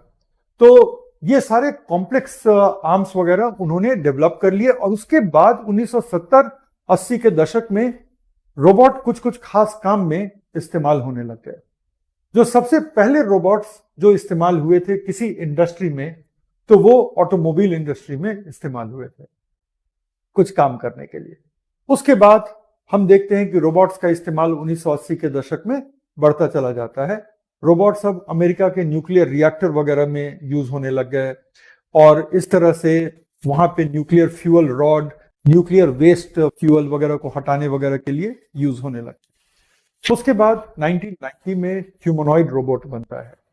जापान समहाउ ह्यूमनॉइड रोबोट के फील्ड में काफी ज्यादा एक्टिव रहा है। तो जापान के सौजन्य से होंडा कॉरपोरेशन, जो कार भी बनाती है, बाइक भी बनाती है, तो होंडा कॉरपोरेशन ने सबसे पहला ह्यूमनॉइड रोबोट बनाया। उसके बाद सोनी ने ह्यूमनॉइड रोबोट बनाया और इतना ही नहीं, कई और तरह के रोबोट सब बनने लग गए थे अलग अलग पर्पस के लिए। पिक एंड प्लेस वाले रोबोट बने जो सामान को एक जगह से उठा के दूसरी जगह रख रहे हैं। फिर रोबोट्स ऐसे भी बने जिनका डिफेंस के फील्ड में इस्तेमाल है, जैसे कि एम्यूनिशन को हैंडल करने में, सो दैट कि एम्यूनिशन को हैंडल करने में अगर ह्यूमंस को करते हैं और गलती से अगर कोई एम्यूनिशन ब्लास्ट हो जाता है तो ह्यूमन लाइफ को जो रिस्क है वो वहां नहीं रह जाता। इसी तरह से लैंड माइन को हटाने के लिए, ठीक है, लैंड माइन को हटाने के लिए रोबोट्स का इस्तेमाल शुरू हो जाता है। तो ये सारा काम 1990 के दशक में हो रहा था। 1990 के दशक में इंडिया के भी ऑटोमोबाइल कंपनियों ने रोबोटिक असेंबली लाइन एस्टैब्लिश करनी शुरू कर दी थी। अगर आप याद करो तो 1990 के दशक में लिबरलाइजेशन होती है और उसके बाद बहुत सारे फॉरेन कार मैन्युफैक्चरर्स ने इंडिया में अपना प्रेजेंस बनाया। तो कई कंपनियों ने सारे कंपोनेंट इंपोर्ट किए लेकिन असेंबल इंडिया में कर रहे थे। कई कंपनियां ऐसी थी कि जो इंपोर्ट कर रहे थे कुछ कंपोनेंट को, बाकी कंपोनेंट इंडिया में बना रहे थे और इंडिया में उनको असेंबली लाइन लगानी ही थी। तो ये सब के सब जो बाहर की कंपनियां थी, इन्होंने रोबोटिक असेंबली लाइन वगैरह एस्टेब्लिश किया, इनका प्रोडक्शन बढ़ा और इनका प्रोडक्शन बढ़ने के बाद धीरे धीरे इन्होंने इंडियन मार्केट को डोमिनेट किया। और अगर आप थोड़ा सा याद करो तो 1990 के दशक के पहले ही, मिडिल ऑफ 1980s में इंडिया में मारुति कार आ गई थी जापान के सुजुकी मोटर के कोलैबोरेशन में। और मारुति कार की जो असेंबली लाइन थी वो इंडिया की पहली robotic assembly line Suzuki corporation ने एस्टेब्लिश कराया था और वो इंडिया की पहली रोबोटिक असेंबली लाइन थी, ठीक है। उसके बाद तो एकदम एक के बाद एक दूसरी दूसरी कंपनियां आई और जो इंडियन कंपनीज भी थी, बड़ी बड़ी कंपनियां थी, अशोक लेलैंड ट्रक और बस बनाने में, Tata Motors truck bus car वगैरह बनाने में, इन सब लोगों ने, महिंद्रा ने, इन सब लोगों ने अपने अपने असेंबली लाइन को ये किया, अपग्रेड किया। 1990 के डेकेड के बाद अमेरिका में रोबोट्स काफी ज्यादा मेन स्ट्रीम हो गए। बहुत तरह तरह की इंडस्ट्रीज में जहां भी रोबोट्स को डिप्लॉय किया जा सकता था, डिप्लॉय किया जाने लगा। उसका एक रीजन हमेशा यह रहा कि अमेरिका में मैन पावर बहुत एक्सपेंसिव है, तो कंपनियों को उसमें बहुत फायदा होता था कि एक बार रोबोट में इन्वेस्ट कर दो और उसके बाद आप इतने लोगों की जरूरत को कम कर सकते हो। तो वो एक तरह का ग्रीड था और साथ ही साथ प्रोडक्शन को बढ़ाने की भी एक तरह की जरूरत थी उन लोगों को, तो उन लोगों ने यूज करना शुरू किया। अब आता है 2000 का डेकेड और अब स्मार्ट रोबोट बनने लग गए। ऐसे स्मार्ट ह्यूमनॉइड रोबोट जो काफी हद तक कुछ कुछ डिसीजन अपने सेंसर से डेटा को गैदर करके खुद से ले लेते थे कि अगर टेम्परेचर ऐसा है तो ऐसे करना है, अगर ये है तो ऐसे करना है। और उस तरह से कंज्यूमर एप्लीकेशन के बहुत सारे रोबोट्स आए, होम क्लीनिंग रोबोट्स आए। जापान में रोबोटिक नर्सेज हैं, अभी कई सारे हॉस्पिटल में जापान में रोबोटिक नर्सेज काम करते हैं कि वो टाइम पे आकर के आपके सारे वाइटल्स को चेक करेंगे, वो टाइम पर आकर के आपके सारे कह लो कि वाइटल्स को ही नहीं, बल्कि आपके सारी ज़रूरतों को असेस करेंगे और ज़रूरत पड़ने पर डॉक्टर को फिर वो मैसेज भी ऑटोमेटिकली सेंड कर देते हैं। जापान में कंपेनियन रोबोट्स भी बने। कंपेनियन रोबोट्स का मतलब होता है कि वो ह्यूमन बींग्स के साथ रहेंगे, ह्यूमन बींग्स का सारा काम करेंगे। तो एल्डरली केयर, क्योंकि जापान में एवरेज लाइफ एक्सपेक्टेंसी बहुत ज़्यादा है, तो वहाँ पे बुजुर्गों का ध्यान रखने के लिए, एल्डरली केयर के लिए खास तौर पे इस तरह के रोबोट्स बने वगैरह वगैरह। तो ये सारा कुछ होने लग गया। और फिर आता है 2010 का डिकेड और उसके बाद का वक्त, जब हम देखते हैं कि रोबोट और आर्टिफिशियल इंटेलिजेंस का डीप इंटीग्रेशन होना शुरू हो जाता है। और उस फेज का जो सबसे ज्यादा एक्सप्लोजिव ग्रोथ हो रहा है वो हो रहा है अब 2020 के बाद, जब डीप एआई इंटीग्रेशन के साथ रोबोट्स डेवलप किए जा रहे हैं। यहां तक कि अब रोबोट्स को लेकर जो दूसरी सबसे बड़ी चिंता है, जॉब लॉस तो एक है ही, लेकिन अगर दूसरी सबसे बड़ी चिंता कुछ है तो वो यही है कि डीप एआई इंटीग्रेशन के बाद रोबोट क्या वो ह्यूमन बींग्स के साथ कंपीट करेंगे, क्या वो ह्यूमन बींग्स को डिस्प्लेस करेंगे वगैरह वगैरह। और फिर उस दुनिया में ह्यूमन बींग्स का रोल क्या होगा, उस दुनिया में ह्यूमन बींग्स का पोजीशन क्या होगा, ये सारी चीजें। तो ये इतनी कहानी है रोबोट्स के डेवलपमेंट की। यहां पे कुछ लिखने वाली चीज मुझे नहीं लगी, इसलिए मैंने कुछ भी लिखवाया नहीं है, लेकिन स्टोरी लाइन ये है। और मैंने भी कायदे से इसको फेजेस में ही डिवाइड किया है। मैंने भी कायदे से इसको फेजेस में डिवाइड किया है। इस पे क्वेश्चंस नहीं आएंगे, लेकिन चूंकि आप रोबोटिक्स पढ़ रहे हैं तो आपको इन फेजेस की एक समझ तो होनी ही चाहिए। अब हम आते हैं रोबोट्स के मेजर पार्ट्स पे। और रोबोट के पूरे सिस्टम में 8 अलग अलग श्रेणियों के पार्ट्स होते हैं। ये हमारा सेगमेंट 5 है।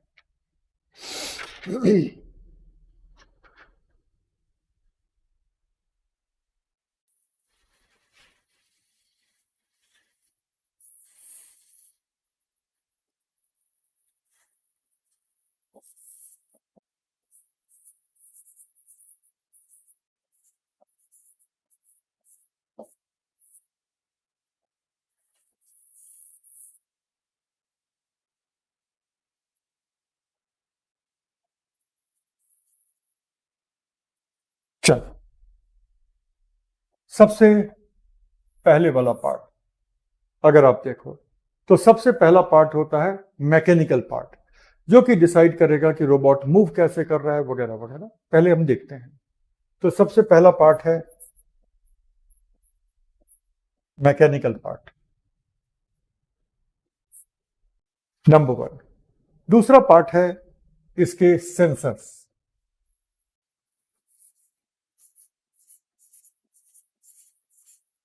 सेंसर कुछ भी हो सकता है, वो टेम्परेचर का सेंसर हो सकता है, वो रोबोटिक कैमरा होता है जिससे कि रोबोट अपने सामने के ऑब्स्टेकल्स को देख सकता है।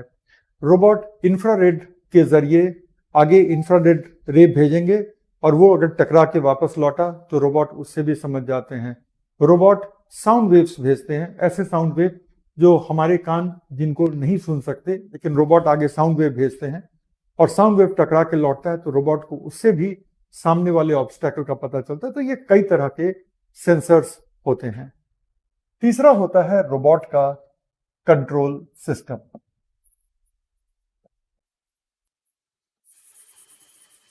कि एक रोबोट कैसे नियंत्रित हो रहा है वगैरह, राइट। इसमें रोबोट का माइक्रो प्रोसेसर होता है, रोबोट का पूरा इलेक्ट्रॉनिक तंत्र होता है। माइक्रो प्रोसेसर अपने कमांड को स्टोर करता है, इलेक्ट्रॉनिक सिस्टम के जरिए वो रोबोट के इफेक्टर्स को ये खबर भेजता है कि ये अभी मूवमेंट ऐसी चाहिए, आर्म को ऐसे मूव करना है वगैरह वगैरह। तो ये पूरा का पूरा हमारा जो है कंट्रोल सिस्टम होता है। कंट्रोल सिस्टम के बाद आता है हमारा पावर सिस्टम।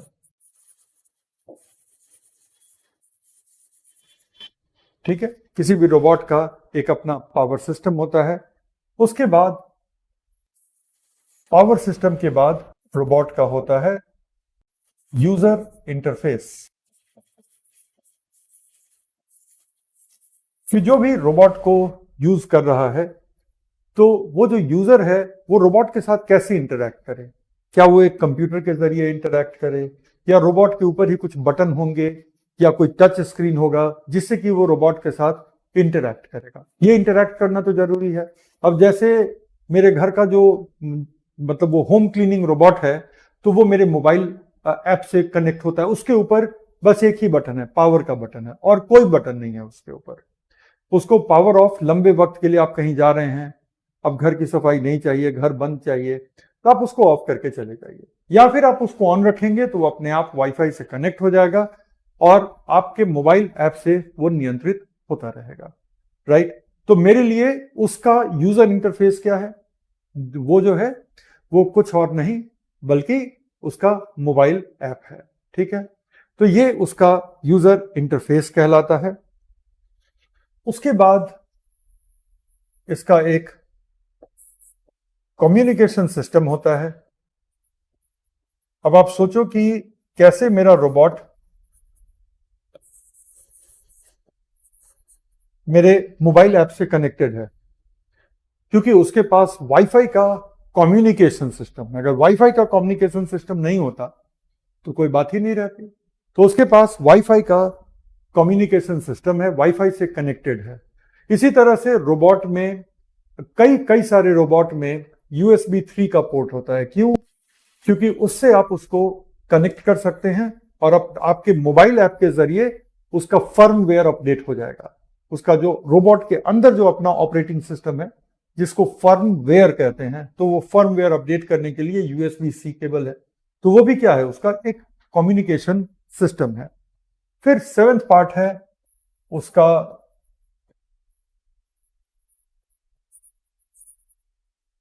सॉफ्टवेयर सिस्टम, और जो 8th पार्ट है, कहां लिखूं 8th पार्ट, जगह ही नहीं रही, चलो इसको थोड़ा छोटा ही करना पड़ेगा, ठीक है। सो जो हमारा 8th पार्ट है वो कहलाता है सेफ्टी सिस्टम।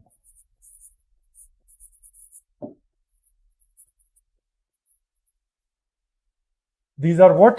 These are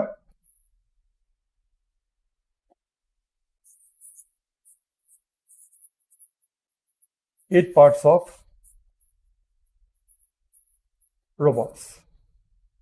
इसको तो पहले लिख लो, फिर इसके नीचे भी कुछ कुछ लिखना पड़ेगा। यही बेसिक साइंस है रोबोट्स का। इसके बाद तो फिर हम आ जाएंगे रोबोट्स के टाइप पे, जो बहुत आसान है।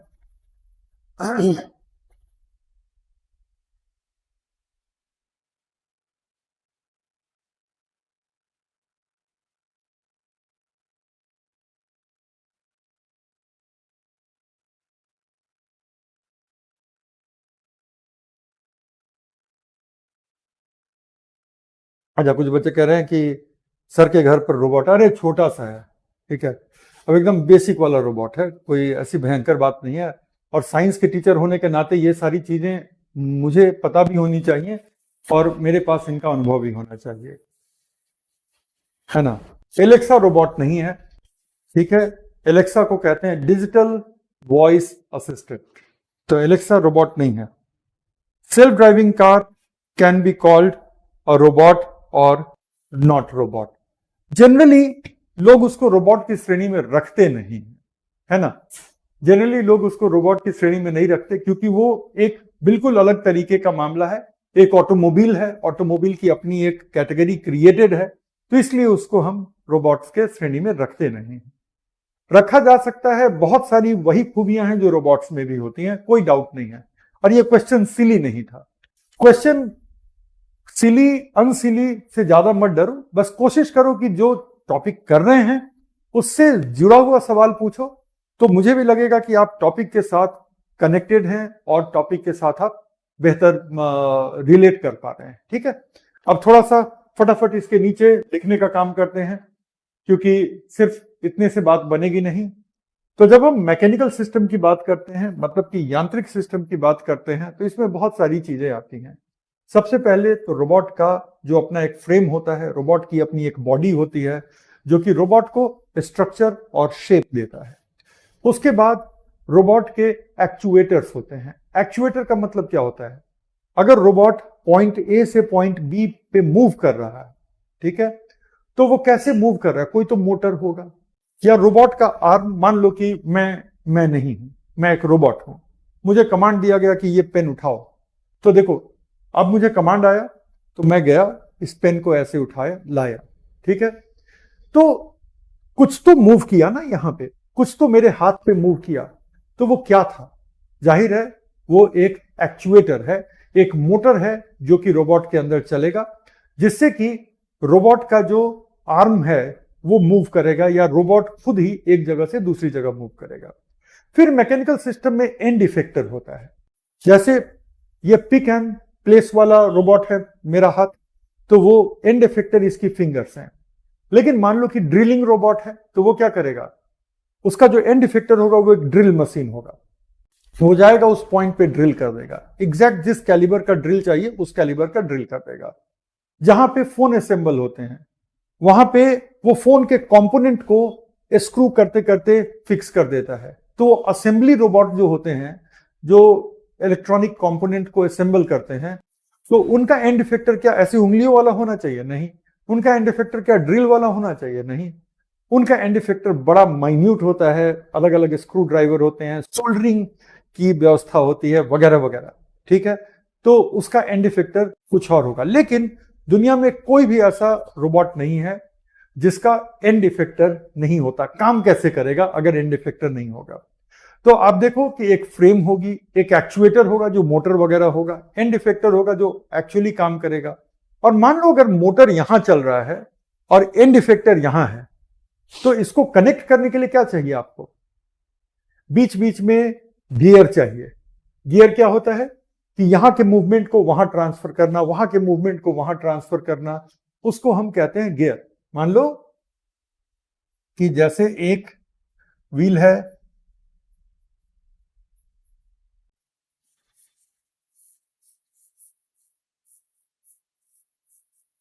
ये वाला, और एक दूसरा व्हील है जो ये वाला है, ठीक है। तो अब आप समझ रहे हो कि जब एक मूव करेगा तो दूसरा भी मूव करेगा। अगर ये ऐसे मूव करेगा तो ये भी मूव करेगा, करेक्ट। तो इस तरह का एक ट्रांसमिशन सिस्टम भी होता है, ताकि एक्चुएटर एक जगह मूव कर रहा है, एंड इफेक्टर कहीं और भी है, तो भी दोनों का मूवमेंट जो है कंट्रोल रहे। तो मैकेनिकल में इतनी सारी चीजें आती हैं, फ्रेम आता है, एक्चुएटर आता है, एंड इफेक्टर आता है, ट्रांसमिशन आता है, और लास्टली जॉइंट्स आते हैं, अलग अलग जॉइंट्स जो कि मूव करेंगे। जितने ज्यादा जॉइंट उतनी कॉम्प्लेक्स मूवमेंट पॉसिबल है। ये क्लियर है हम सारे लोगों का कि मैकेनिकल में क्या क्या आ गया? Same like gear chain. Anuj Yadav ने पूछा, सर रोबोट बच्चे पैदा कर सकता है? भाई बताओ अनुज को, मैं नहीं बता रहा, आप लोग बताओ। अनुज, अगर ये हल्का फुल्का सवाल था तो ये गलती की तुमने पूछ के। अभी मैं सब्जेक्ट नहीं चेंज करना चाहता, इसलिए तुम्हें डांट नहीं लगाऊंगा। अगर ये सीरियस सवाल था तो बड़ा सीरियस मामला है, ठीक है। यूपीएससी की तैयारी कर रहे हो, ठीक है। चलो सो रोबोट का एक पार्ट हो गया हमारा, मैकेनिकल सिस्टम हो गया। सेंसर अलग अलग तरीके के होते हैं।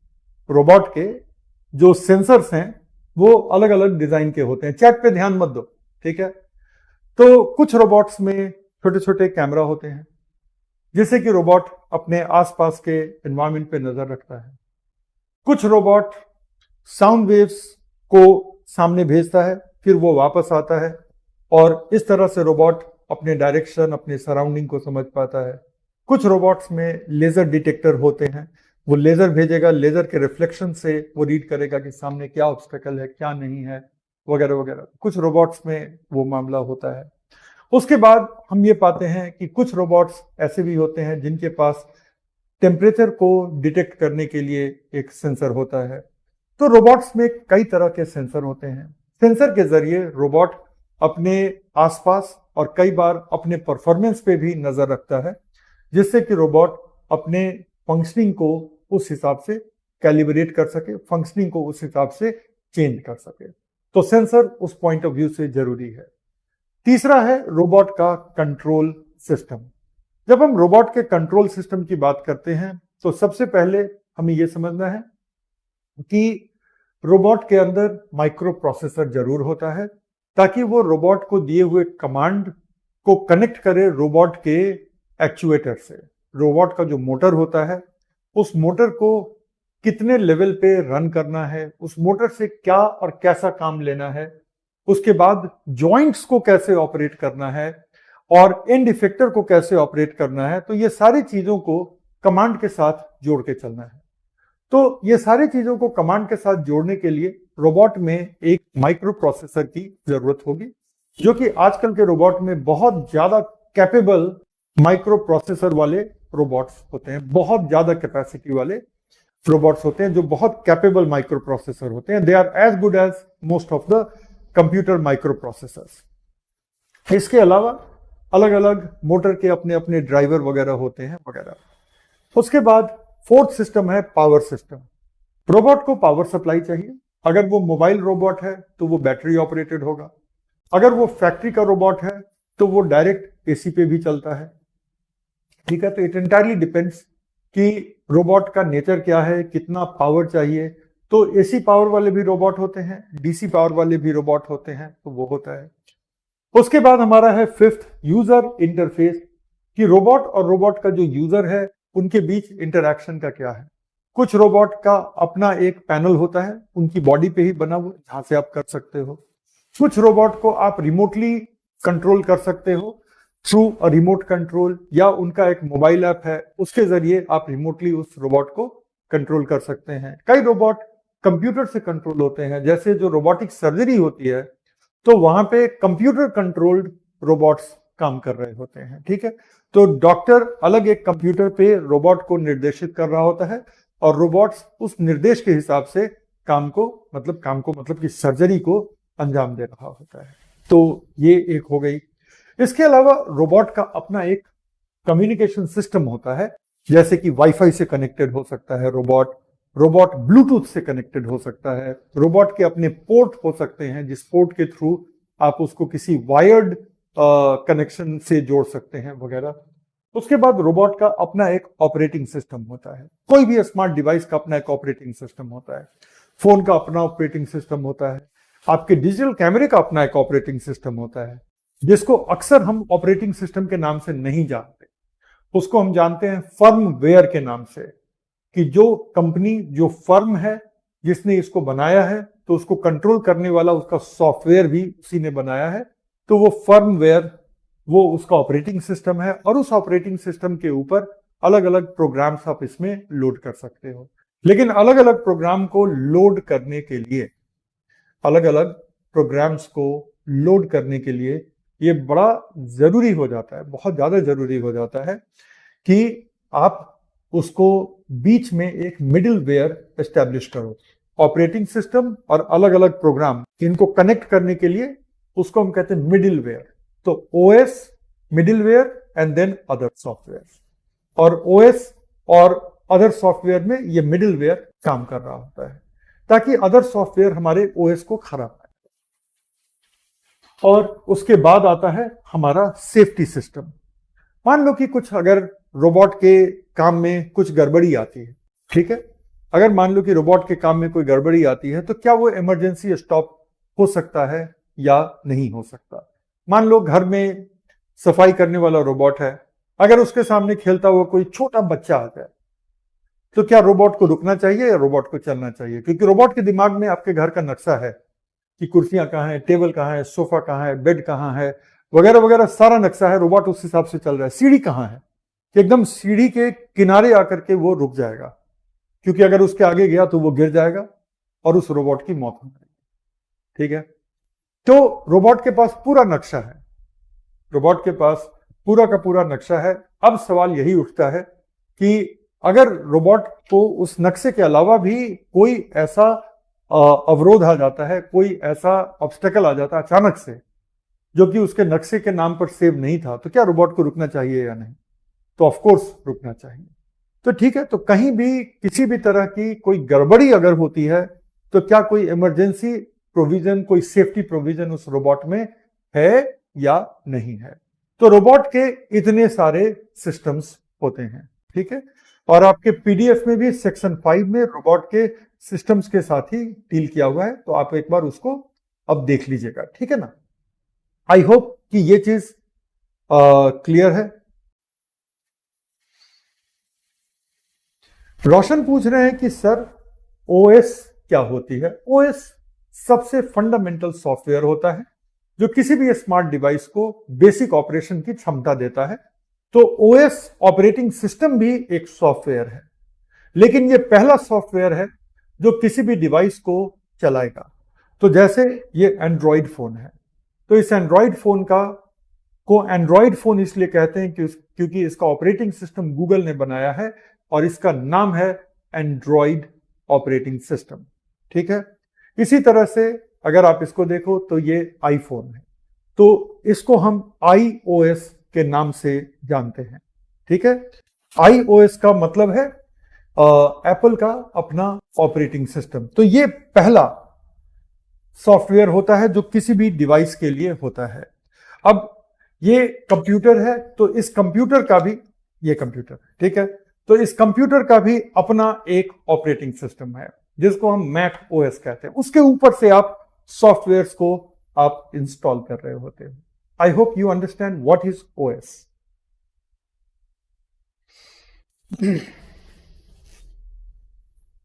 ठीक है, तो आई थिंक कि ये सारी चीजें, अच्छा sir clear but PDF not uploaded. नहीं, पीडीएफ जो है बाबू वो क्लास के बाद अपलोड होगा, अभी हम शेयर नहीं किए हैं तो इसीलिए टीम ने अपलोड नहीं किया है। लेकिन क्लास के बाद जब आप रिवीजन के लिए बैठिएगा तो ये पीडीएफ आपके सामने होगा, डोंट वरी अबाउट इट, ठीक है। अब हम लोग आ जाते हैं छठे वाले पार्ट पे, ठीक है। छठा वाला हमारा पार्ट जो है वो क्या है, वो है टाइप्स ऑफ रोबोट्स।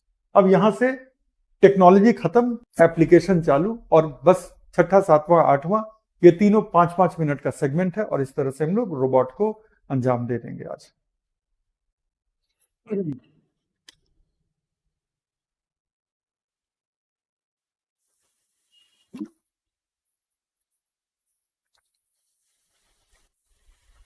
चलो, ये 6 पार्ट है हमारा।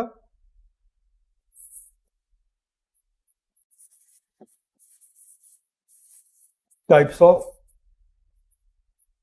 रोबोट्स।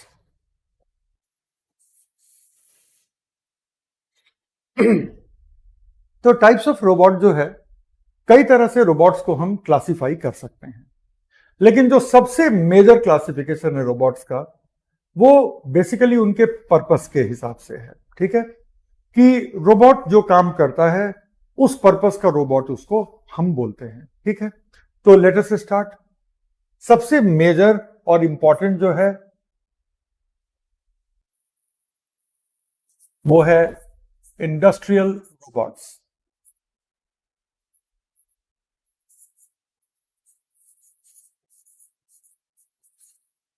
जिनको आप कह सकते हैं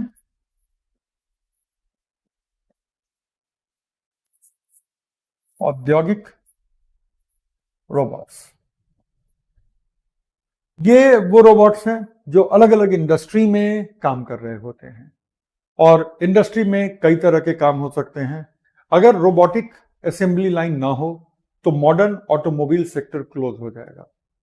जितनी डिमांड है गाड़ियों की, तो बगैर रोबोटिक असेंबली लाइन की वो गाड़ियां बनेंगी नहीं। दूसरी बात है कि आज की जो ऑटोमोबाइल है वो जितनी कॉम्प्लेक्स हो चुकी है, जितना जटिल हो चुका है, वो बगैर रोबोट्स के असेंबल नहीं है। आपके स्मार्टफोन, आपके कंप्यूटर बगैर रोबोटिक असेंबली लाइन की, उनकी भी अपनी असेंबली लाइन होती है। मोबाइल फोन्स की अपनी असेंबली लाइन होती है, कंप्यूटर की अपनी असेंबली लाइन होती है। तो इन सारे चीजों की जो असेंबली लाइन है वो बगैर इंडस्ट्रियल रोबोट्स के वो कभी भी वो कामयाब होगी ही नहीं, इतना ज्यादा रोबोट्स पे डिपेंडेंस है। उसके बाद हम आते हैं दूसरा, जिसको हम कहते हैं सर्विस रोबोट्स, जो कि उद्योगों के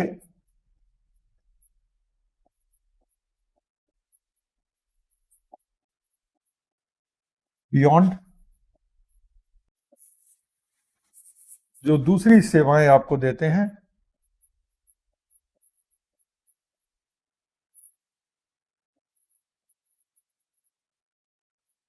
सर्विसेज बियॉन्ड इंडस्ट्रीज, तो उनको हम सर्विस रोबोट्स का नाम देते हैं। सर्विस रोबोट्स के दो तरह हो जाएंगे। पहला हो जाएगा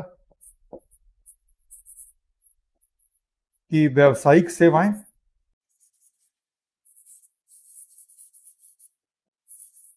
अच्छा व्यावसायिक सेवाओं से क्या मतलब है हमारा?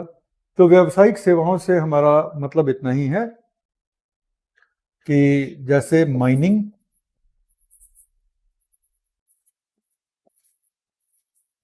खनन,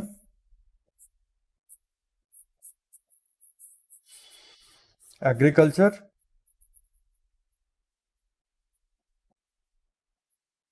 कृषि इत्यादि, ठीक है। और फिर जो है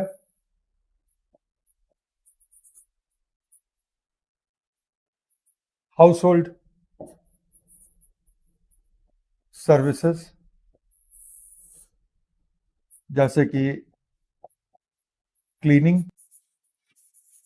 अच्छा एक तो बड़ा इंपॉर्टेंट भूल गया, वेयर हाउस।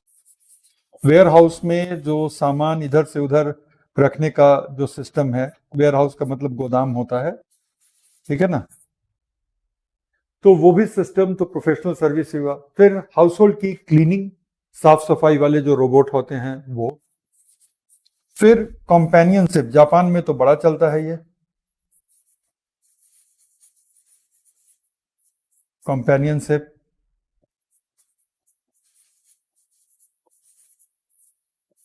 रोबोट आपका घर का काम करेंगे, बल्कि यहां तक कि अगर आप उदास हैं तो रोबोट आपके प्रेफरेंस के हिसाब से म्यूजिक चला देंगे, ठीक है। आपके प्रेफरेंस के हिसाब से कुछ ऐसा इंटरटेनिंग करके दिखाएंगे। उनको, उनके लिए एक नाम है, उनका नाम जो है वो है वोबॉट्स। वो का मतलब होता है कि जब आप उदास हैं, परेशान हैं, तो कहते हैं कि there are lot of woes affecting that person. तो आपको वोज से बाहर निकालने के लिए जो रोबोट्स होते हैं उनको वो बॉट्स कहते हैं। तो बेसिकली कंपेनियनशिप रोबोट के एक खास प्रकार हैं जिनको हम वोबॉट्स कहते हैं। बच्चों की देखरेख करने वाले अलग रोबोट्स हैं जिनको मैंने अपनी आंखों से देखा, दंग रह गया, ठीक है। छोटा रोबोट है, मूव नहीं करता, ठीक है। ऐसा नहीं कि बच्चे को कोई हार्म पहुंचाएगा। छोटा रोबोट है, रूम में एक जगह रखा हुआ है। अब माँ किचन में है, पिताजी ऑफिस चले गए हैं, वगैरह वगैरह। और रोबोट जो है वो 360 डिग्री कैमरा मूव करता है, बच्चे का फेस, बच्चे की पूरी जो कह लो कि बच्चे का शेप वगैरह सब कुछ रोबोट में, रोबोट के कैमरे से कैप्चर हो चुका है, ठीक है। तो अगर बच्चा मान लो छोटा है, लेकिन इतना छोटा नहीं है कि वो बेड पे ही है, अब बेड से उतर के वो चल भी सकता है।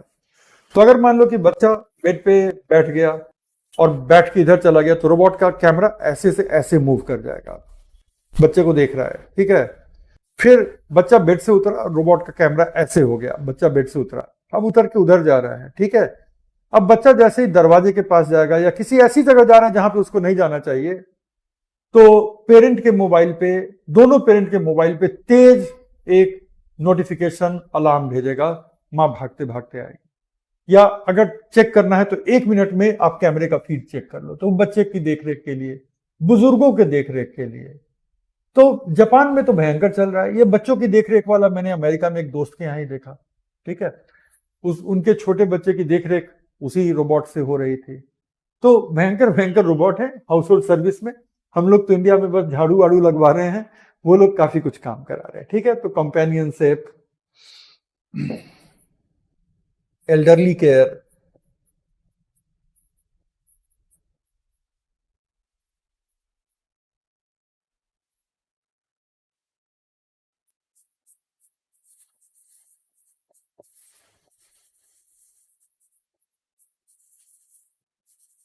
चाइल्ड मॉनिटरिंग वगैरह वगैरह। ठीक है, तो ये सब हो गया आपके क्या, प्रोफेशनल सर्विस। रोबोट आपको सेवाएं दे रहे हैं, इंडस्ट्रीज के बाहर की सेवाएं हैं, और वो दो सेवाएं जो हैं वो प्रोफेशनल भी हो सकती है, और वो जो है वो हाउस होल्ड की भी सर्विसेज हो सकती हैं। आगे बढ़ाते हैं रोबोट्स को, और रोबोट का एक बड़ा इंपॉर्टेंट पार्ट जो अब उभरा है उसको हम कहते हैं medical robots.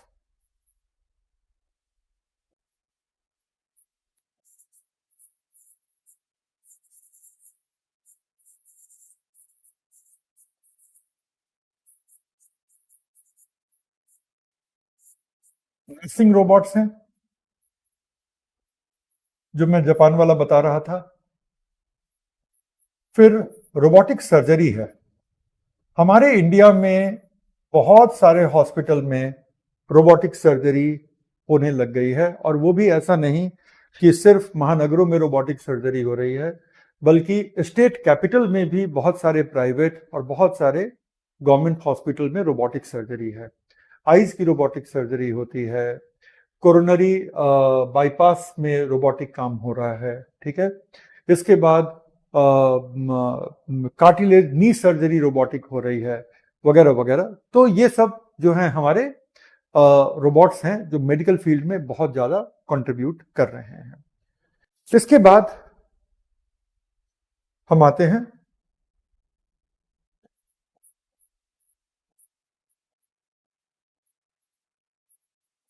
Hazards task robots.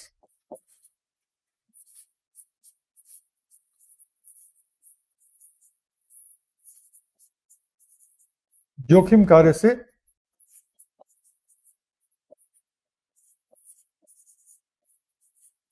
संबंधित रोबोट्स। मिसाल के तौर पर सीवर लाइन की जो सफाई होती है, क्योंकि सीवर लाइन में बहुत सारे पॉइजनस गैस होते हैं, और कभी भी किसी भी इंसान को सीवर लाइन में उतर करके और कभी भी सफाई नहीं करनी चाहिए। हर साल हमारे कंट्री में कम से कम 50 लोगों की जान जाती है, जस्ट बिकॉज कि वो सीवर लाइन को साफ करने के लिए सीवर लाइन में उतरे थे। विदेशों में ये काम रोबोट से होता है, और आज से नहीं होता है, कई साल से होता है। ठीक है, फिर इसी तरह से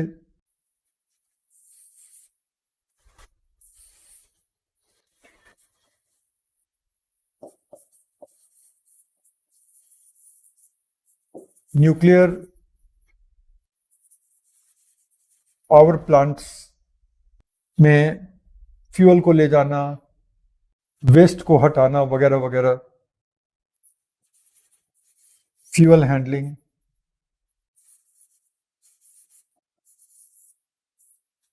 न्यूक्लियर वेस्ट की जो हैंडलिंग होती है वो, वगैरह वगैरह। ठीक है, उसके बाद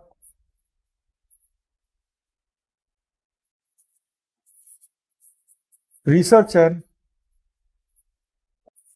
एक्सप्लोरेशन रोबोट्स।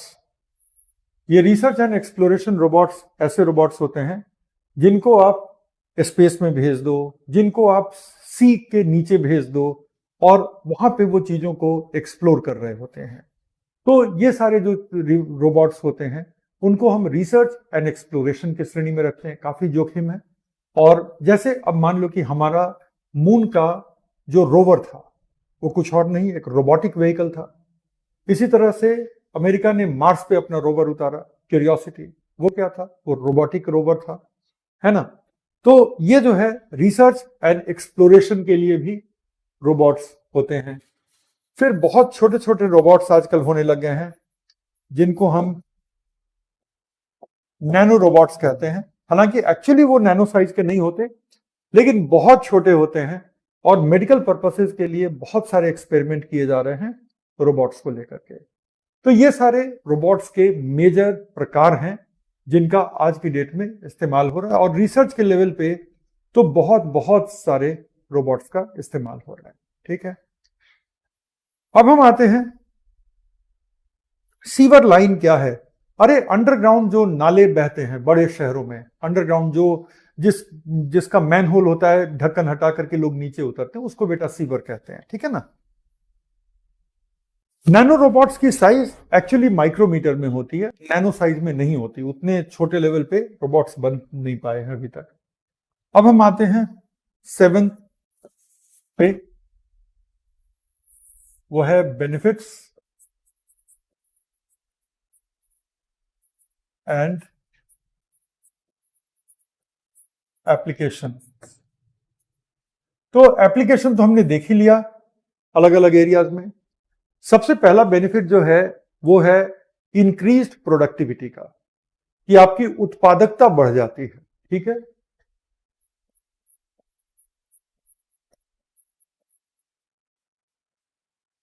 पर डे आप जो प्रोड्यूस कर रहे थे वो कई गुना आप ज्यादा प्रोड्यूस कर सकते हैं, तो प्रोडक्टिविटी क्या हो गई, इंक्रीज हो गई।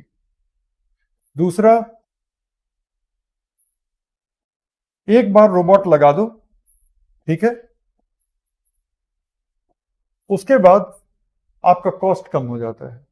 रोबोट सैलरी नहीं लेते, रोबोट को हेल्थ इंश्योरेंस नहीं चाहिए, रोबोट को हाउसिंग अलाउंस नहीं चाहिए, उनको सैलरी जब में नहीं मिलती तो सैलरी बढ़ाने की जरूरत नहीं है रोबोट को।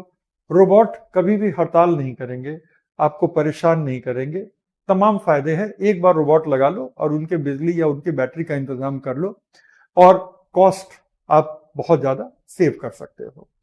तीसरा है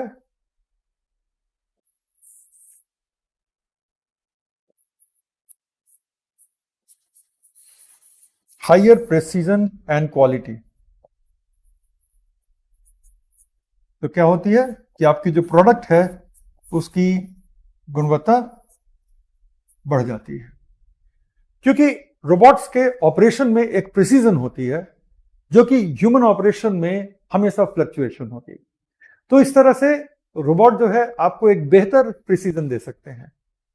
नेक्स्ट क्या है, रोबोट्स आपको बेहतर सेफ्टी देते हैं। अगर आप किसी ह्यूमन बीइंग से यूरेनियम के फ्यूल रॉड को हैंडल कराएं वो, और रोबोट से हैंडल कराएं वो, किसी ह्यूमन बीइंग को आप सीवर लाइन में उतारे वो, किसी ह्यूमन बीइंग को आप मून के सरफेस पे और मार्स के सरफेस पे भेजे वो, या एक रोबोटिक व्हीकल को भेजे वो, तो ऑब्वियसली यहां पे इंक्रीज्ड सेफ्टी है।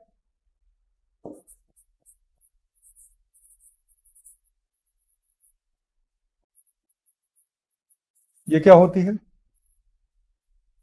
ये बढ़ जाती है।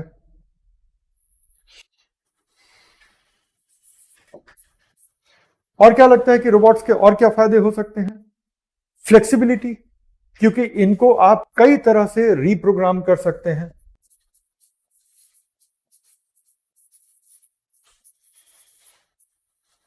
ठीक है ना। इनको आप पुनर्निर्देश कर सकते हैं और इस तरह से एक ही रोबोट से आप कई अलग अलग तरीके के काम ले सकते हैं। फिर क्या है, स्केलेबिलिटी, कि आप रोबोट को लगाते जाएं और आपका काम जो है वो स्केल होता चला जाएगा, ठीक है ना। इसका मतलब है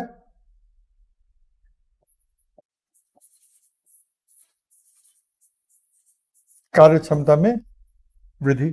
तो ये सारी चीजें आपको रोबोट करके देता है, जो कि नॉर्मली आप ह्यूमन से एक्सपेक्ट नहीं करेंगे उस लेवल पे जो रोबोट आपको करके दे रहा है। तो अब सवाल उठता है, जहां तक मिलिट्री ग्रेड रोबोट की बात है, तो दुनिया के देशों के बीच में एक समझौता है कि आप रोबोट्स के सैनिक नहीं बनाएंगे। आप रोबोट से हैजार्डस काम करा सकते हैं, आर्टिलरी हैंडलिंग करा सकते हैं, लैंड माइन हटवा सकते हैं, लेकिन रोबोटिक फाइटर्स आप नहीं बनाएंगे। तो दुनिया में किसी भी देश के पास रोबोटिक फाइटर नहीं है, रोबोटिक फाइटर सिर्फ हॉलीवुड की फिल्मों में होते हैं।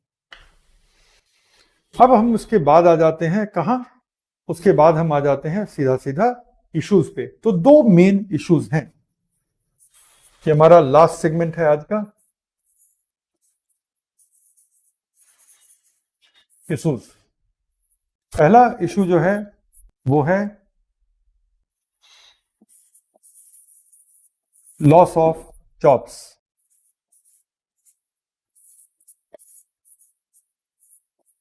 रोजगार अवसरों में कमी।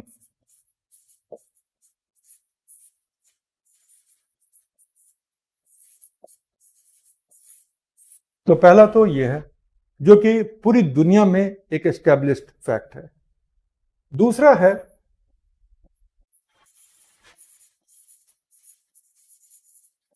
सेफ्टी कंसर्न,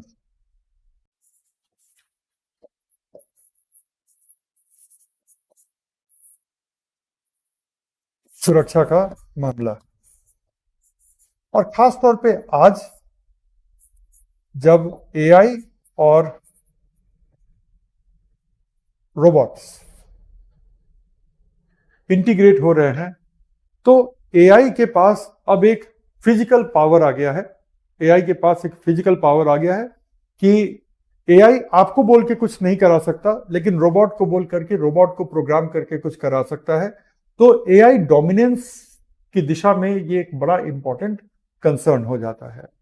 और फिर ऑब्वियसली एथिकल डायलेमा है रोबोट्स को लेकर के।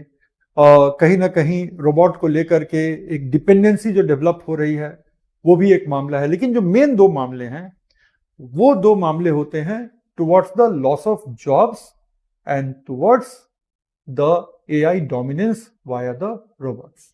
ठीक है, तो ये है पूरा का पूरा रोबोट्स और रोबोटिक। अब इस डिस्कशन के लाइट में, in the light of this discussion, you should be going through the PDF, जो कि अभी आपको थोड़ी देर में मिल जाएगा। जब तक कि आप अगली क्लास से फ्री होंगे तो आपको ये वाला भी पीडीएफ मिल जाएगा। और उसके बाद आप जो कुछ भी हमने किया है बिल्कुल उसी स्ट्रक्चर में हमने ये पीडीएफ भी बनाया है, ताकि सेम फ्रेमवर्क आपको पीडीएफ में भी मिल जाए। तो बस इतना ही। अब आप लोग जो है सो ब्रेक लें और अगली क्लास के लिए तैयार हो जाएं। ठीक है, मैं जरा एक बार क्वेश्चन देख लें।